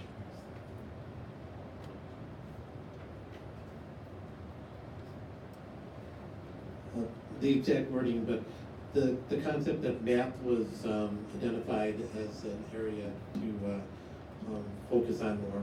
And first off, any time that we spend more time on math, I love math, is a great thing. So I'm not saying that it's a bad thing that we're spending more time on math. But 2 points there. One was, it looks like it was presented as a zero-sum solution, that we're going to spend more time on math by redirecting some of the things we do in other areas, taking less focused people and focusing more on math.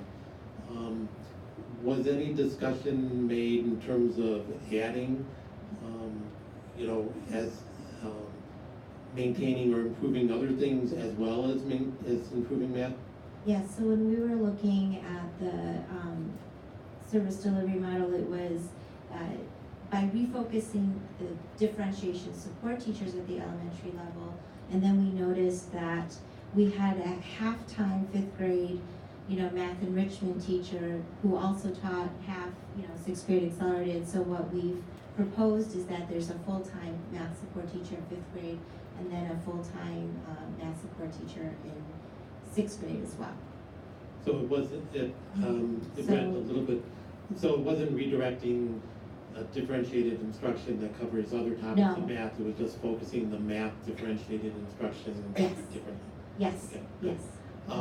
And so you've actually added a full-time, but 0.5 at fifth grade and 0.5 at sixth. That's great, and pretty much answered that question, but again, now that we're refocusing that, then what's going to be the measurement? And let me skip forward for a second. One of the things that pops out to me when I go and look at the scorecards for our district, other feeder districts, and smattering of other random districts is that, again, my point always is, are we preparing our students not just to do well, but be the best students at New Trier? And in the category of algebra, our percentage is like 95% of our students place into geometry. The average, based on at least the information that I had available in the scorecards for the other feeder districts, are around 50% or below. So we're doing a really good job there.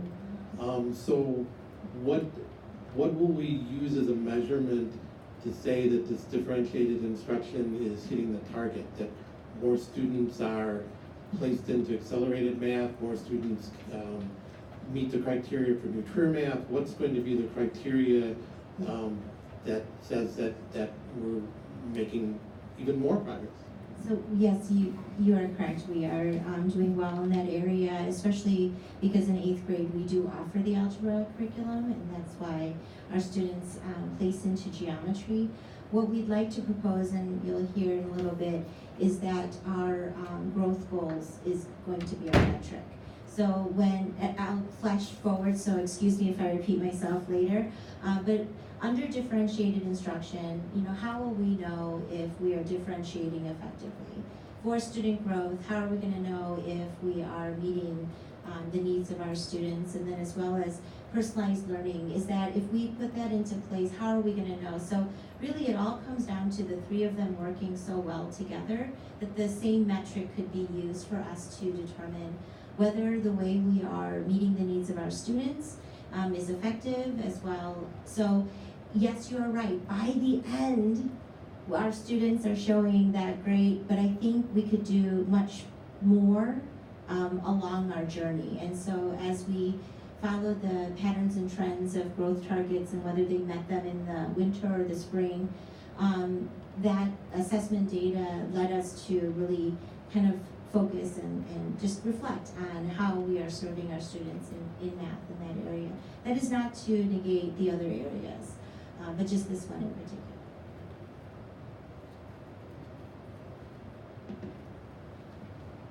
Okay, then we're going to move on to math growth assessment. This is working again. Okay, so we're going on to the next report. This is an executive summary of the math results from the spring of 2019, and it reflects our efforts for developing a student growth model. Katie Lee has this one. Thank you. I will be sharing the 2019 math growth assessment report with you tonight, and although this report will focus on the student performance of this assessment, as we all know, other performances like classroom and social emotional skills and other factors play into the success of our students. So here we go. In efforts to update the new board members, I'll share just a little bit of history and then move on quickly. So for many years, District 39 used a different assessment called Performance Series to monitor student achievement. However, last year we aligned with New Trier Township Schools and adopted the Northwest Evaluation Association's measure of academic progress that I will in the future refer to as NWEA MAP growth.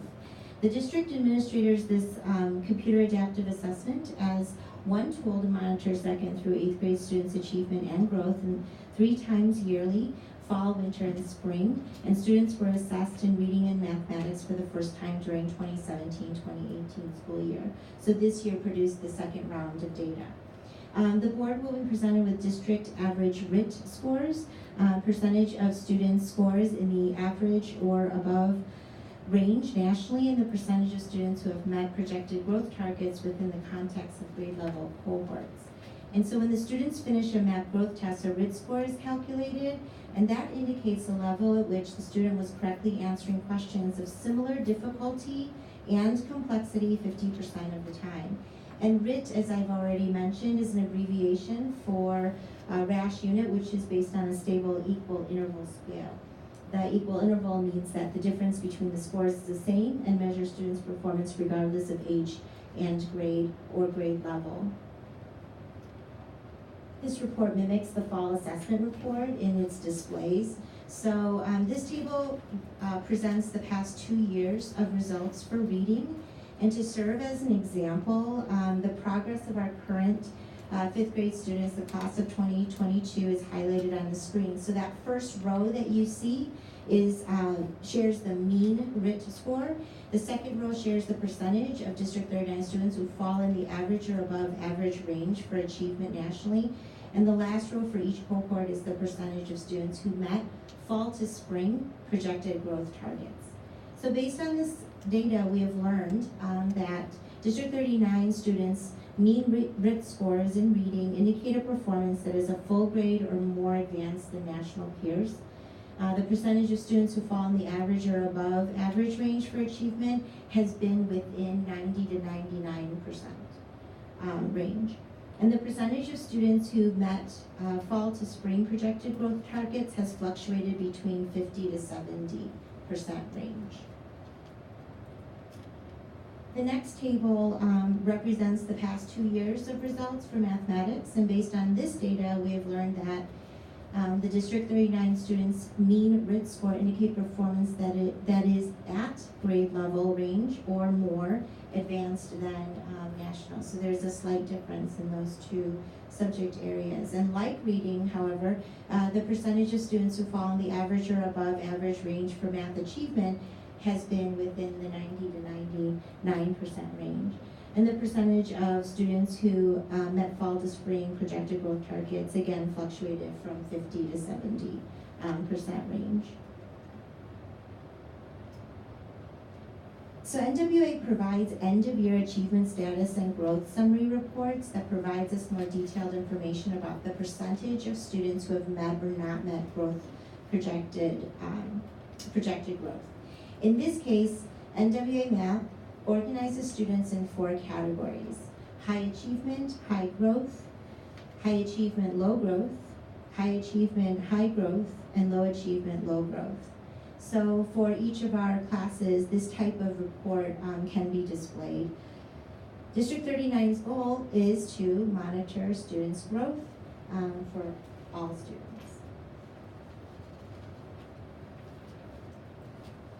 So this table, hopefully you're looking at the pieces of paper instead of the screen.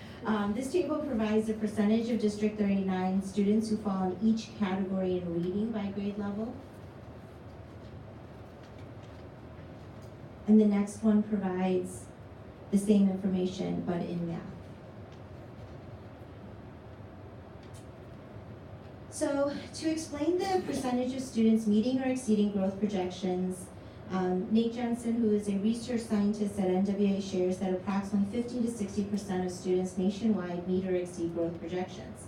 So when reviewing the last 2 years of data, we've concluded the following. District 39's grade level growth results are consistent with NWA's research. District 39 students' mean RIT scores indicate performance that is a full grade or more advanced than national peers, and the percentage of students who fall in the average and above average range has stayed consistent within the 90 to 99% range. There's a few accomplishments that we were able to implement this year, and that is the integrated student growth and achievement data as part of the response intervention structure and collaborative discussions. Used reports provided by NWA MAP as an additional lens, not the only lens, but an additional lens while planning for instruction. And we analyzed data trends to reflect on how District 39 differentiates instruction to meet the needs of students, resulting in recommendations for support in mathematics and English language arts. So, as you can hear, this journey's been a little long as we explore the student growth, but we have made strides forward. But the next steps for improvement are very important. I think that this will really begin to launch us in a very positive direction. So the next steps for improvement, we feel that these results suggest that we need to continue to support the practices that have been put into place this year. We need to provide additional training on assessments, interventions, and personalized learning paths. Shifting the focus for District 39, for K through 4 differentiation support teachers to prioritize students supported math and provide math support teacher in 5th grade and in 6th grade. We would like to set district MAP reading and math growth percentage goals to be included in the 2019-2020 strategic plan. And these goals will serve as the metric for the differentiated instruction initiative, which will embed personalized learning and student growth. This is where I repeated myself, so excuse the chuckle. And then discuss current parent communication practices regarding student progress and adjust as needed. So at this time, I know that there's probably questions about this category, so I am happy to answer. Board members? Mr. Steen? I didn't even know. Well, yes, if you're going to call on me, then I'll come up with some questions. So first of all, I did want to say, thank you. It's a long and continuing journey, but I do want to reflect on the fact that we used to have performance series. We couldn't measure growth. We found a better way. That's terrific. We've talked for many years about the types of reports we would have. And now we're getting these reports. I think that's great. So I really appreciate that work and that progress. I think those are terrific. Also, based on your the slide before that one, I definitely feel like you heard some of my questions in my emails this afternoon, and I really appreciate that. Let me first ask, the sort of top line here is continue to support the current practices. So I guess I want to go a little bit deeper and understand, is there anything in these numbers that the district feels like says, okay, that's, here's what our target should, based on this evidence, we need to focus more on X? So based on these targets, I would say we need to focus on all the content areas, but most specifically to zone in on the math instruction as it progresses kindergarten through 8th grade. And I know what Mr. Panzica has mentioned. However, if you look at the reports in the depth that we've looked, there's a trend where we can improve. I think we have lots of improvement in that area that would even make our outcomes stronger. So I agree that I think the fact that you mentioned that math is at grade level and reading is a full grade level ahead is an important point. On the other hand, as I read through the reports, what I did was I looked at the sort of average percent of student per grade that is achieving or not achieving, do whichever one you want, their growth targets. And frankly, the reading looked a little weaker to me in terms of that growth metric as opposed to sort of, what are they achieving in terms of grades. So I'm interested to hear that. I'm not sure that I've got the same conclusion yet, so maybe as we go through the strategic plan, that's something for you all to think about. I would though also say, as Mr. Panzica pointed out, it's not a zero-sum game. You know, we can work on both. So yes, please know that even though I seem to mention math quite a bit, it is not to ignore English language arts or reading by any means. If I could show, so for an example of our current 5th grade, the class of 2020 for reading, when we look at the percentage of average and above average, we actually went down, not a lot, but it's 1% as far as that, but our percentage of meeting projected growth it increased from 56 to 66. And when I look at our intended focus on growth over achievement, I think that is one area that we feel like is trending more positive than maybe in math. So I thought that was, I did a similar analysis. Actually, I looked at all 12 years, 6 years of math and 6 years of growth, for which we had year-over-year comparison scores on what's your table 1 and 2, and then compared them to how the how our growth changed, and it's a you know, we only have 2 years of data, so it makes it tough to draw any comparisons or any conclusions, excuse me. However, what I did notice is if we look at the 6 I'll say worst low growth areas, it's actually the highest number in terms of low growth, but it's the worst. Mm-hmm. So out of those 6, we actually declined, as you point out, they're all small declines. We actually declined in 3 of those 6, and we stayed level in 2. We only increased in 1. If you look at the 6 best growth areas, the places where we had the lowest percentage of students not meeting their growth targets. Mhm. Sorry, it's a little confusing, but you know, there we actually had 4 different areas where our achievement increased, 1 where it stayed the same and 1 where it declined. And so, you know, my conclusion from this is twofold.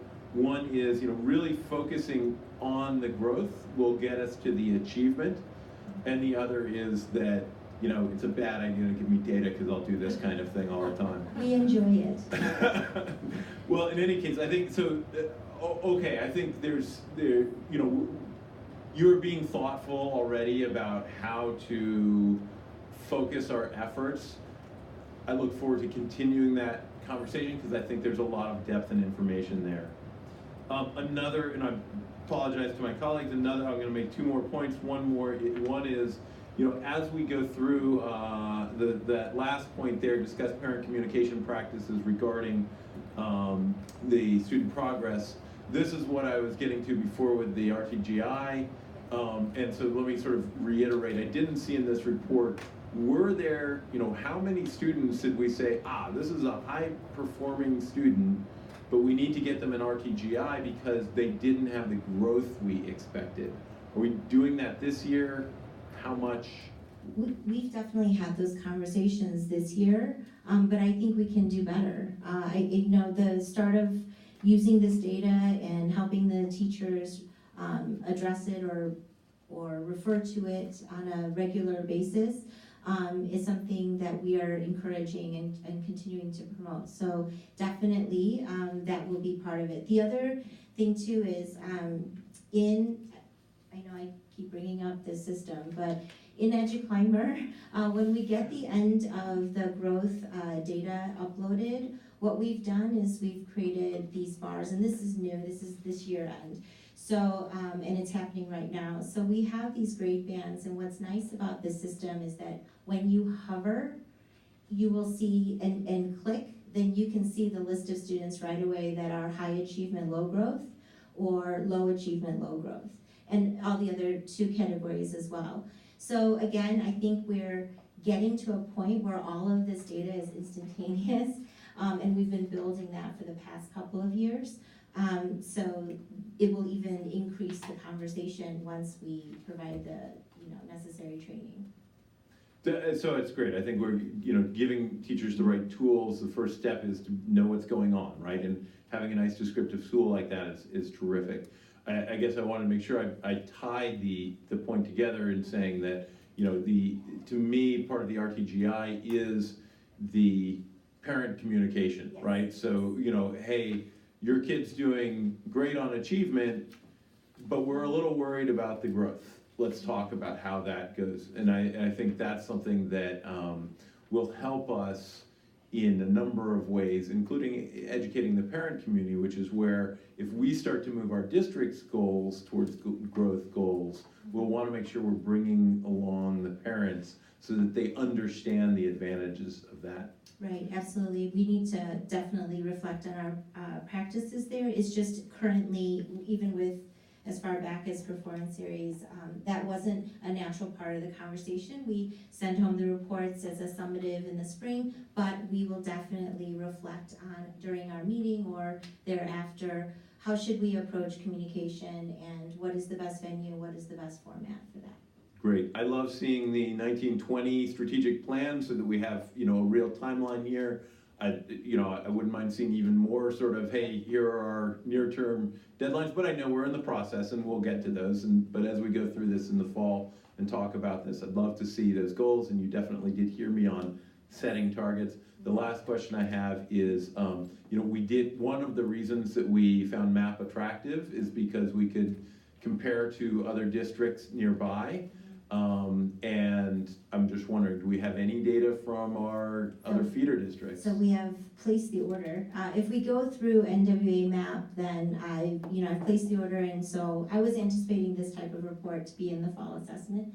And so you will receive information there from NWA.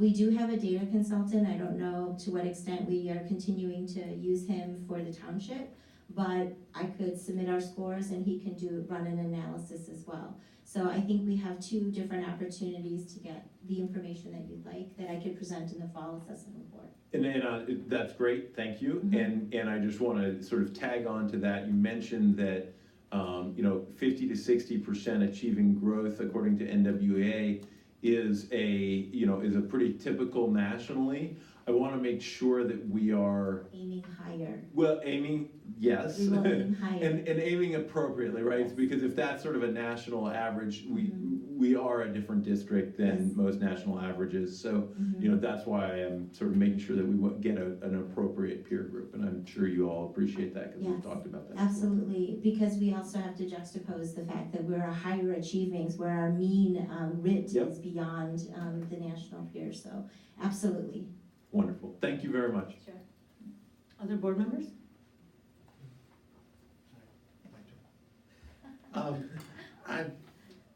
We've gone through a number of years where we had really great longitudinal data, and it's not been anything that we've done, you've done. And so it's nice to start getting some longitudinal data. So that's great. It opens up some different type of questions.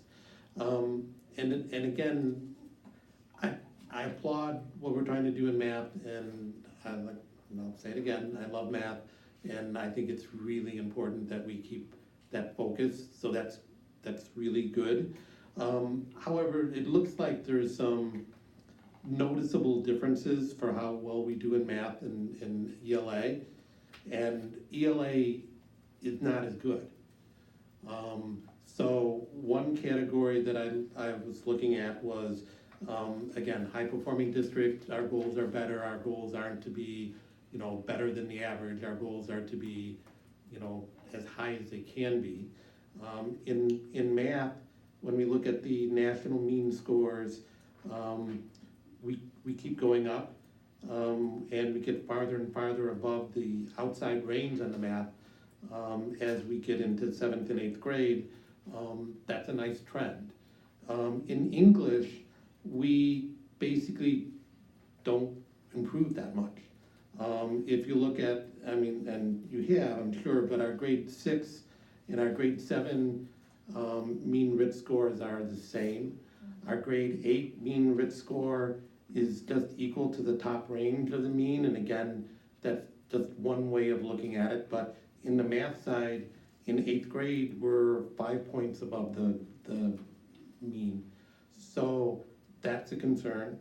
We look at, in reading, meeting projected growth in 7th and 8th grade, 51%, in math, 63%. So that's another concern, that in reading, we're not potentially doing as well in terms of making some of these goals. So those are some areas that I think should cause us to look more at ELA. In math, we have a number of things. We have accelerated math, we have Nutria math, we have quantities of students that place into each one of those. We look at those yearly. We have the algebra score, which again, the geometry placement, which we're doing really well on. What is our Nutria assessment? What is our end game? You know, we did well in ELA goal. Do we have a standard? Should we have a standard? Where is that? In all honesty, as far as the Nutria impact, I don't have a response right now, but I will definitely consider that. As far as our next steps for improvement, however, providing the additional training on assessments, interventions, and personalized learning paths, overlay with the workshop approach to reading and writing instruction, I believe will target reading and writing instruction in that area. So if you will allow me to think about it and speak with my team, and then we will circle back with you. But I honestly don't know how to answer the Nutria connection part. So for reading especially. I'd like to get that on an agenda. Okay. So August may be too early, given summer and all that, but I don't want to wait another year before we have this conversation. So if we could come back with a specific time, range of when you'd have some more information on that, that would be appreciated. And then the other one that I brought up before and have not heard again tonight is and again, it's the difference in ELA, not as much of a difference in math, but the difference between the boys' scores and the girls' scores. Do you have these numbers broken out between boys and girls? It is possible to break these down into the genders. In the scorecards I just want to address the gender thing, because we decided before that gender is not an area of focus. No. And we have experts from Northwestern who told us that we would be wasting energy. So just to point it out though, in the scorecards, there's a 14% difference between the boys' scores and the girls' scores in reading, and it fluctuates and is in the low single digits for the differentiation in math. 14% is a big number, and if we don't have, if we're not even measuring it, we're not even looking at it, then I'm concerned that that means that we don't have a way of addressing it. All the research talks about long-term outcomes, not short-term. I don't know what the 14% is. I'm not sure what you're referring to. But all of the research that we've done, all of the academics from Northwestern said that it's long-term. It's not the short-term, 5th grade, whatever, gender differences that matter. It's more about careers and things that happen post-college even. And the gender differences all come together by the time they're adults, except for in computer science and also physics. That's it.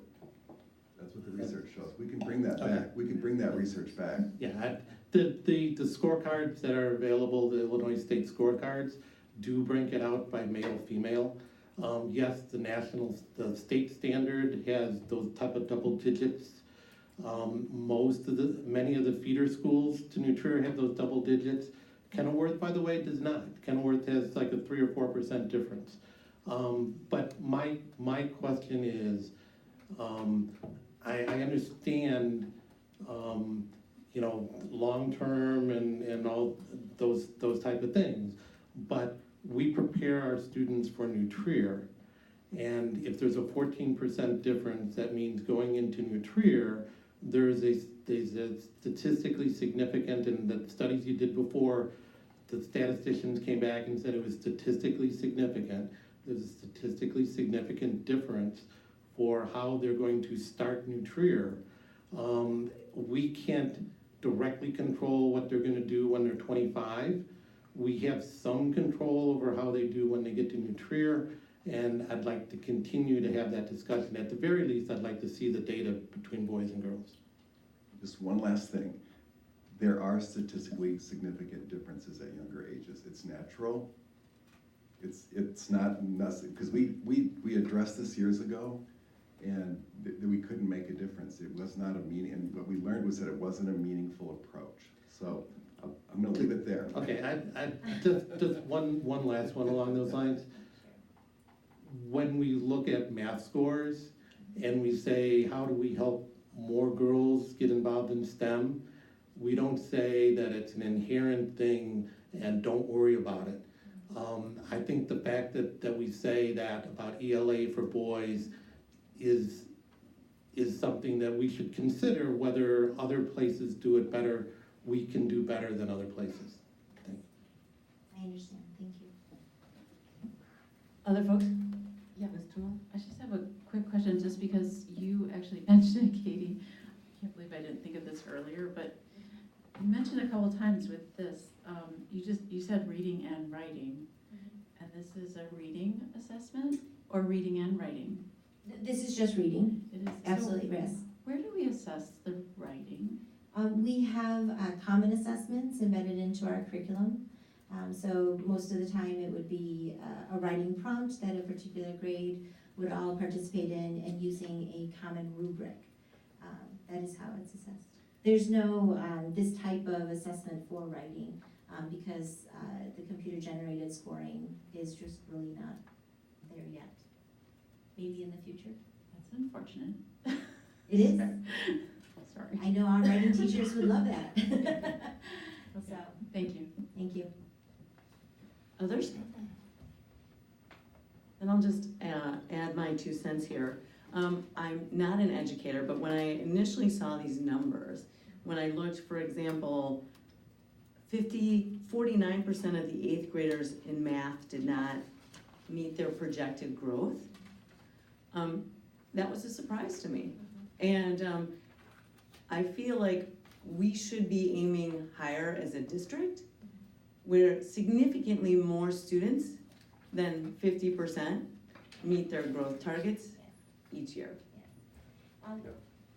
So one of the Oh, sorry. Your point is good. Whether it's reading or math, the percentile feels too low. It's a percentage. Agreed. What we've tried to do too is I don't need to get into it too deeply if you don't want, but there's a way to say that the students have, met their growth, or they were really close. We have a number of students that were maybe 1 point off of meeting their growth. They grew multiple points, but they just didn't hit that target, and so they're within that standard error. And so we've been trying to drill down. I just didn't have enough time since the end of school, but we're trying to drill down into what those subcategories are. So there is a no but category of students who were very close in achieving their growth targets, and that's an area that we should focus on as well. Thank you. So now we're gonna move on. Well, I wanted to make sure, did I get everybody? So we'll move on to annual business. Dr. Lechner? Yeah, District 39 collects and monitors data around reported instances of bullying. This is a newer report that is presented to the board annually. This school year, District 39 improved its data collection and tracking, and that's important because with better data collection, then we have an opportunity for establishing a baseline. And Dr. Cristofaro has this report. Thank you, Dr. Lechner. Bullying is defined as any severe or pervasive physical or verbal act of conduct, including communications made in writing or electronically, directed toward or intended to specifically target a student. Recognize that more work needs to be done in this area, but there are a number of proactive measures that District 39 takes to prevent bullying, build empathy, and support a safe and inclusive environment environment for all students. We continue to utilize the Second Step curriculum, which includes a supplemental unit on bullying. At Highcrest and Wilmette Junior High School, students have engaged in a variety of activities that promoted a culture of empathy and being upstanders.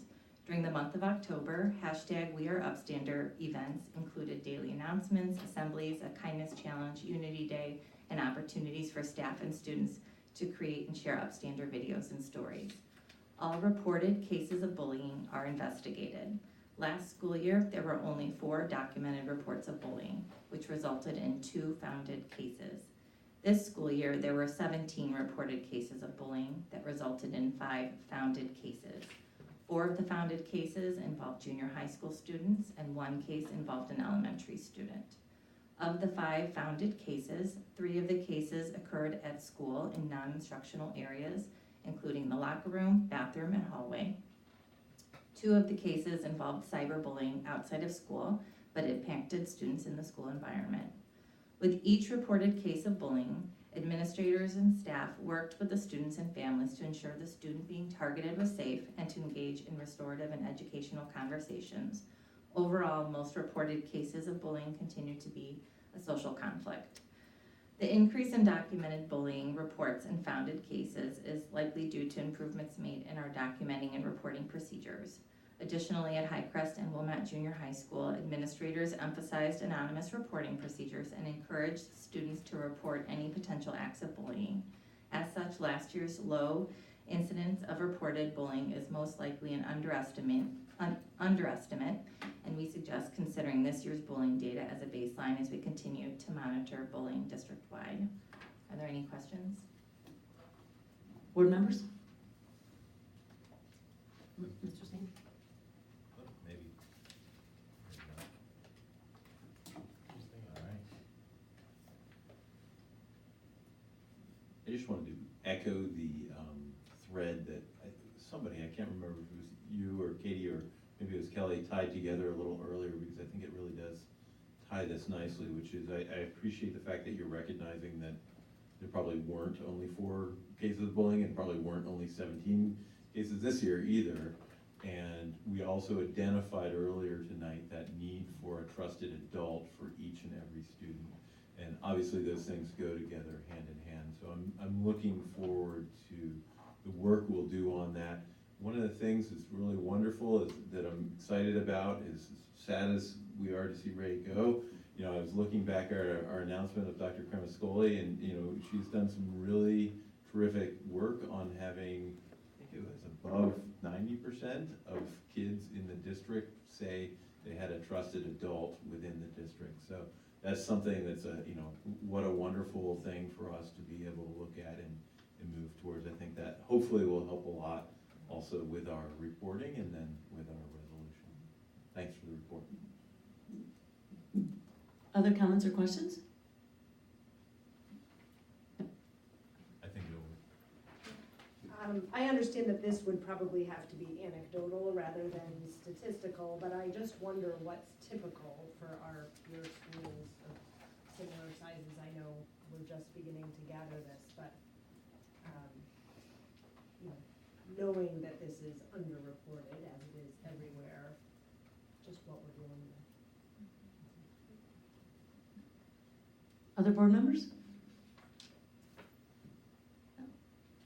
Okay, thank you.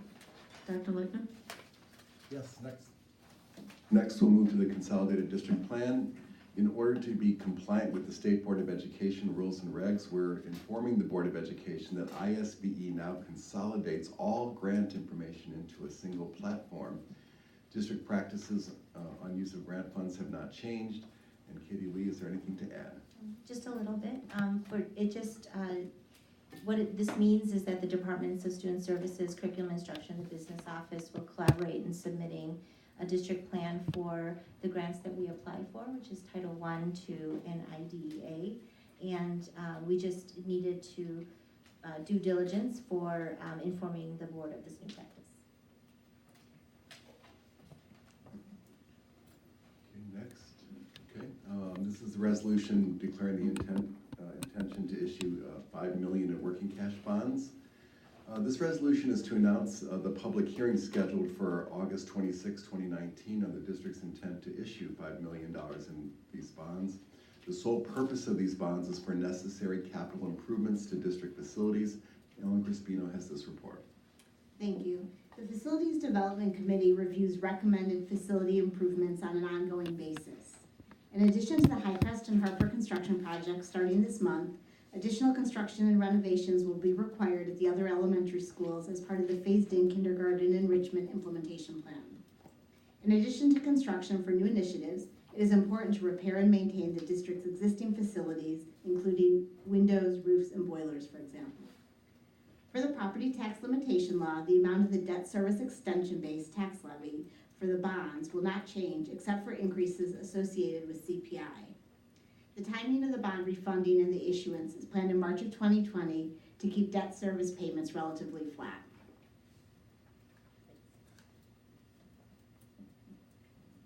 Board members, any questions? Comments? Okay, next. Next is the resolution expressing official intent regarding certain expenditures to be reimbursed from proceeds on the obligation to be issued by the district. And what this means is that the reimbursement resolution will allow bond proceeds in March of 2020 to reimburse prior capital expenditures in the O&M fund. So this gives the district flexibility. Since we have 2 construction projects this summer totaling $7 million, it's Highcrest and Harper. And Ellen Crispino, anything to add? No, nothing. Board members, questions, comments? Dr. Lechner, you want to continue with transition items? Yeah, we have 3 transition items tonight. First is the resolution reauthorizing participation of Liquid Asset Fund. And due to the change in superintendent, we need the board to authorize employees that are approved to make investment transactions at PMA. Approved employees include the superintendent, the business manager, and the controller. And when you approve this tonight, it's effective July 1st, 2019. Next, we have a need for a new signatory on the activity fund, payroll, and our general bank accounts. Again, because we have a new superintendent, we need the board to update the approved check signers on our general payroll and activity fund accounts. And once again, the check signers are the superintendent and the business manager. Again, this is effective July 1st of 2019. And the third item is to appoint Dr. Carrie Cremascoli as the secretary to the Board of Education beginning July 1st. She'll be succeeding me as the new superintendent, and the district's practice has always been to have the governing superintendent serve as the secretary to the Board of Education. Do board members have any comments or questions? Then we'll move on to board policy review. Dr. Lechner. Yes, and we had no additional feedback provided from the first to the second, right? Provided. Okay, there we go. Ooh, okay. The policies presented for second and final reading are the same as those presented at the May board meeting. Dr. Glocke, do you have anything to add? No.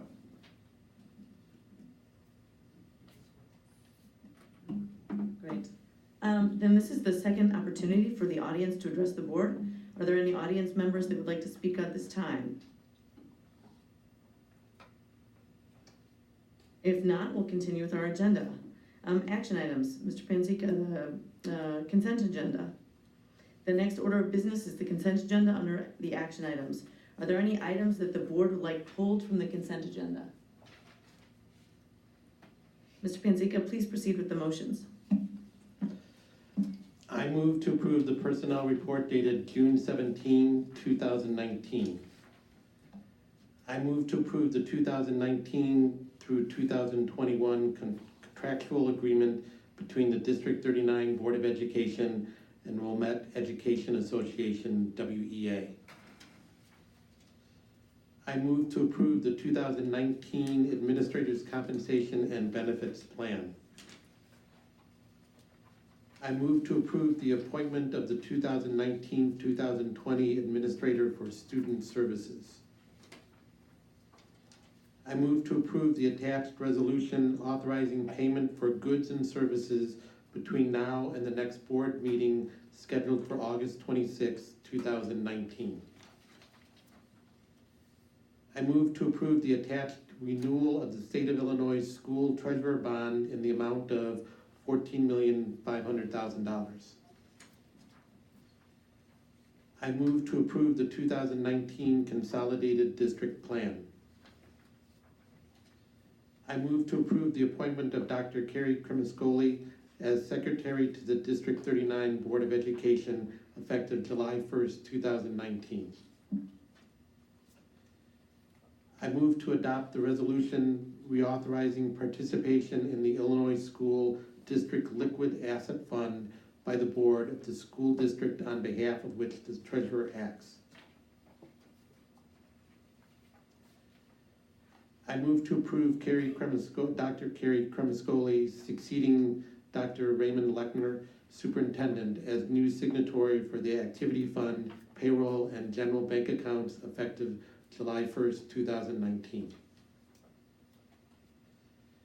I move to approve as second and final reading of the Board of Education Policies 3:30 Organizational Chart, 4:150 Faculty Management and Building Programs, 4:160 Environmental Quality of Buildings and Grounds, 4:164 Forecasting Enrollments, 4:165 Evaluating Existing Buildings, 4:166 Determining Extent of New Construction, 4:170 Safety and Security, 4:175 Convicted Child Sex Offenders Screening Notification, 4:185 Property Control and Valuation, 4:190 Monies in School Buildings, 4:200 Use of Personal Property, and 7:190 Student Behavior. I move to approve to release to the public the executive session minutes of April 28, 2015, June 22nd, 2015, October 23rd, 2017, March 19, 2018, June 18, 2018, October 22nd, 2018, November 5th, 2018, November 12th, 2018, February 11th, 2019, February 25th, 2019, March 11, 2019, March 18, 2019, April 15, 2019, and April 23rd, 2019. I move to approve to dispose of the executive session audio recordings pursuant to district policy for the following dates: September 25th, 2017, November 13th, 2017, and December 18th, 2017. I move to approve the accounts payable for bills listed between May 21st, 2019 and June 17th, 2019 in the following amounts: Educational Fund, $806,484.37. O&M Fund, $411,656.89. Debt Services, $89,146.25. Transportation Fund, $207,626.69. Capital Projects, $13,459. Tort Fund, $12,648, for a total all funds of $1,541,021.20. I move to approve the manual checks issued between May 21st, 2019 and June 17th, 2019 in the following amounts: Educational Fund, $515,816.90. O&M Fund, $3,235.75. Transportation Fund, $3,833.52. And the Tort Fund, $2,818, for a total all funds of $525,704.17. I move to adopt the resolution. That's letter. Okay, great. May I have a second motion, please? A second to the motion. Seconded. Thank you. The motion has been moved and seconded. Would the clerk please call the roll? Frank Danzico, Yes. Amy Kaling, Yes. Mark Steen, Yes. Colin Sternwiller, Yes. Sharon Stone, Yes. Lisa Schreiber, Yes. The ayes have it, motion's carried. Next, I need a motion to approve the bond resolution. I move to adopt the attached reimbursement resolution to allow bond proceeds in March 2020 to reimburse prior capital expenditures. May That's in C, but that's fine. I have a second motion, please? Second. The motion has been moved and carried, and moved and seconded. Would the clerk please call the roll? Frank Danzica, Yes. Andy Palin, Yes. Marcy, Yes. Alice Garland, Yes. Aaron Stone, Yes. Lisa Schmidt. Yes. Next, I need a motion to approve the bond resolution. Out of order, but still an adoption. I move to adopt the attached resolution to announce the public hearing scheduled for August 26, 2019 on the district's intent to issue $5 million working cash fund bonds for the sole purpose of making capital improvements to the district's facilities. May I have a second, please? Second. The motion has been moved and seconded. Would the clerk please call the roll? Frank Danzica, Yes. Andy Palin, Yes. Mark Stein, Yes. Alice Garland, Yes. Aaron Stone, Yes. Lisa Schmidt. Yes. The ayes have it, motion carries. Next is conference items, old business. New business. And good and welfare. I have a couple of things. One is that I went to the Unframed Art exhibit at the junior high and was blown away by the art that I saw, and want to thank the foundation for all their work in putting that on, and that I love that we have a district that prioritizes the arts. 2 summers ago, both of my kids took the photography class taught by Mr. Wilson. My son broke a bone and had to pull out of the sports camp, and spent his time in the photography class doing one of the coolest things I think either one of my kids has ever done in the district, was to create a picture of himself where he superimposed over his pupil in his eye a blobfish. So that's item number 1. Item number 2. Knowing your penchant for costumes and the fact that you were a wizard in the Mackenzie Halloween parade in 2010, I'm going to quote Gandalf the Grey, who said that all we have to decide is what to do with the time that is given us. And you have done an amazing job with the time that has been given you here in our district, and we are lucky to have had you here. And during the graduation, I was overwhelmed by the amount of students that were going across the stage, and you multiply that by all of the ones that have gone across the stage since you started here back in the Clinton administration, and the ones who haven't gone across the stage yet, but who are in the rank and file of our school system, and I want to thank you. And on behalf of the Board of Education, Dr. Lechner, I want to offer you our sincere thanks and congratulations as you move on to the next chapter in your life. Since 1999, when you took over as District 39's first administrator dedicated solely to student services, the positive impact you've had on our school and our community has been remarkable. Some notable accomplishments we wish to highlight are your visionary work starting District 39's inclusion-based early childhood programming in 2001, your decision to pull out an NSSED in 2005 and replace and improve those services locally, your critical role in crafting and passing the 2011 referendum, the outsourcing of our busing system, the initiation and expansion of our first one-to-one learning program, the recognition of 3 District 39 schools as Blue Ribbon schools, the completion of numerous facility projects, including new learning commons throughout the district, your support for the board's negotiation of multiple teacher and staff collective bargaining agreements, including a critical change of philosophy from a salary increase schedule to a CPI plus, the adjustment of the school start and end times to benefit student health and teacher preparedness, and your leadership in finding a viable path to full-day kindergarten. In addition to these more concrete accomplishments, you also have influenced the district in many softer ways through your leadership style and the expectations you have set for those around you. Those soft accomplishments are often even more critical than their more concrete counterparts because they steer the culture of District 39.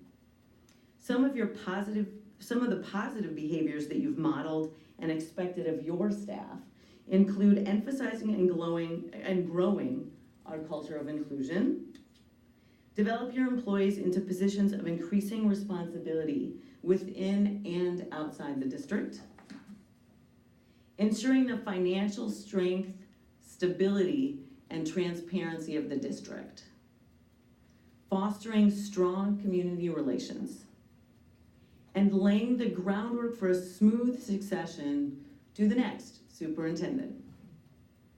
Again, these are just a sample of the many ways in which you have enhanced District 39. Ultimately, you have served the district with full dedication. As you know, for the reasons cited above, the board chose to rename the Early Childhood Inclusion Program in your honor this year. We believe that the Lechner Early Education Program will continue to be a source of pride for the district and an important source of fun, learning, and growth for many hundreds of both typically developing and special needs children that it will continue to serve in the future. In addition, current and former board members worked with the Illinois Holocaust Museum to purchase and plant a maple tree at the MEC today. This tree was grown from a maple tree sapling planted and nurtured by the children in Trenčín concentration camp in the Czech Republic during the Holocaust. Few of the children survived, but this sampling from their tree lives on for all to remember. Don't do that, you're gonna make me cry. Dr. Lechner, your impact on our district, our community, and our children has been immense. Many educators, when they first enter the profession, hope to give children positive experiences that will improve their whole lives. You have done exactly that many times over. We believe that you should be very proud of the work that you've done for District 39. We are proud to have been on this journey with you. Thank you. Well, I think other board members might want to, so it's okay.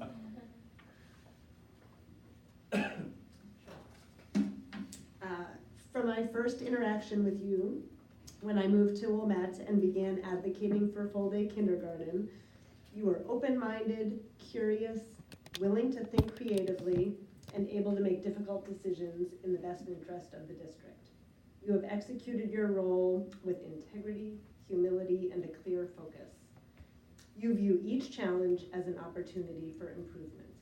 But the sign of a truly excellent leader is one who leaves a district poised to continue to exceed well after you're gone. And you have done that. You have filled our schools with people who believe in our mission and have the skills, determination, and passion needed to continue doing the work that you've started. So add my voice to the many who offer a heartfelt thank you. Anyone else?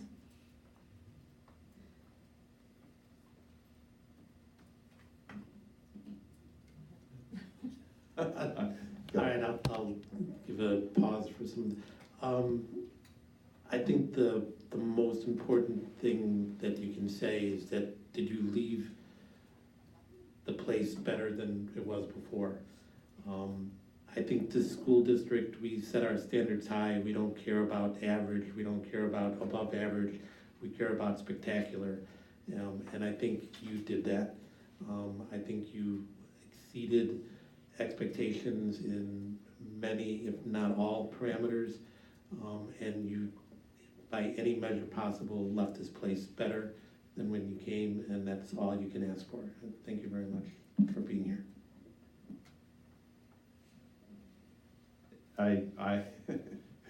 we've had lots of thank yous, and I want to add my voice as well, but I'm going to do it also from a personal perspective, right? We've worked together for 6 years and even longer than that, and I've learned a lot from you, and I really appreciate that. I've learned about education, but I've learned about leadership, and I've learned about how to work with the community and how to move people in directions to improve, ever improving and ever stepping into change.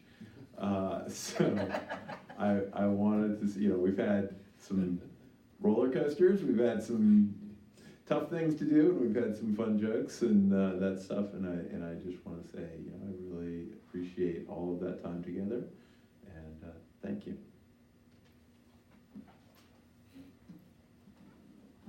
I'm not sure I can speak without getting all choked up.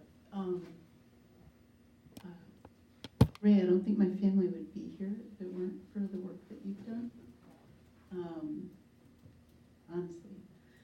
And so you laid the groundwork for families like mine to be here. And I told you already that, I think things happen for a reason. They truly do. And the timing of things that have transpired, I think, as a testament to the work that you've done. I think nothing right now could have happened moving forward now as well. I don't know which of you said it the best, but you've laid the groundwork as well to allow us to move forward in an amazing way and do better as well.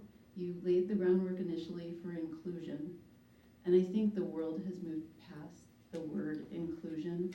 It's not about inclusion anymore, and I think it's amazing you allowed that to happen, and now it's about recognizing that everyone has differences, and we are allowing for that, and now we're going to make sure that we are respectful of that in everybody, and all I can say is thank you for that, and thank you for creating this wonderful environment to allow for those changes and the changes that we're going to make going forward with Carrie now.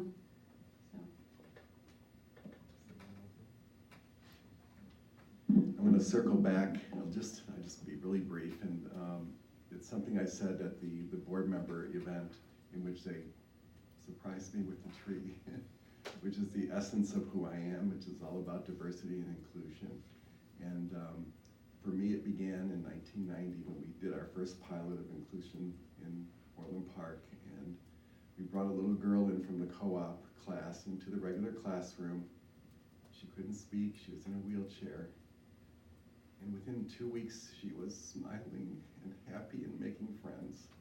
It was that child that pushed me forward. So I'm going to end by saying it's all about the children.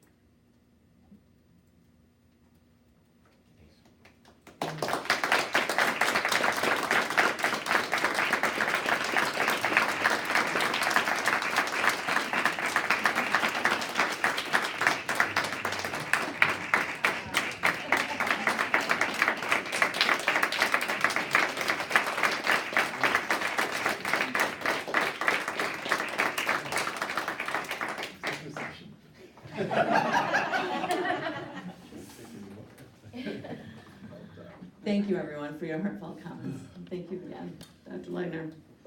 I guess we have to carry on with the meeting. May I seek a motion to adjourn to executive session to discuss a student matter and specific personnel? I move to adjourn to executive session to discuss a student matter and specific personnel. May I have a second? Second.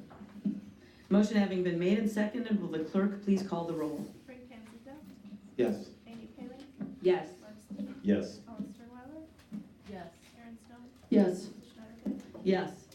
Motion carried. We are now adjourned to executive session, and the time is 9:43. Was it? I'm sorry.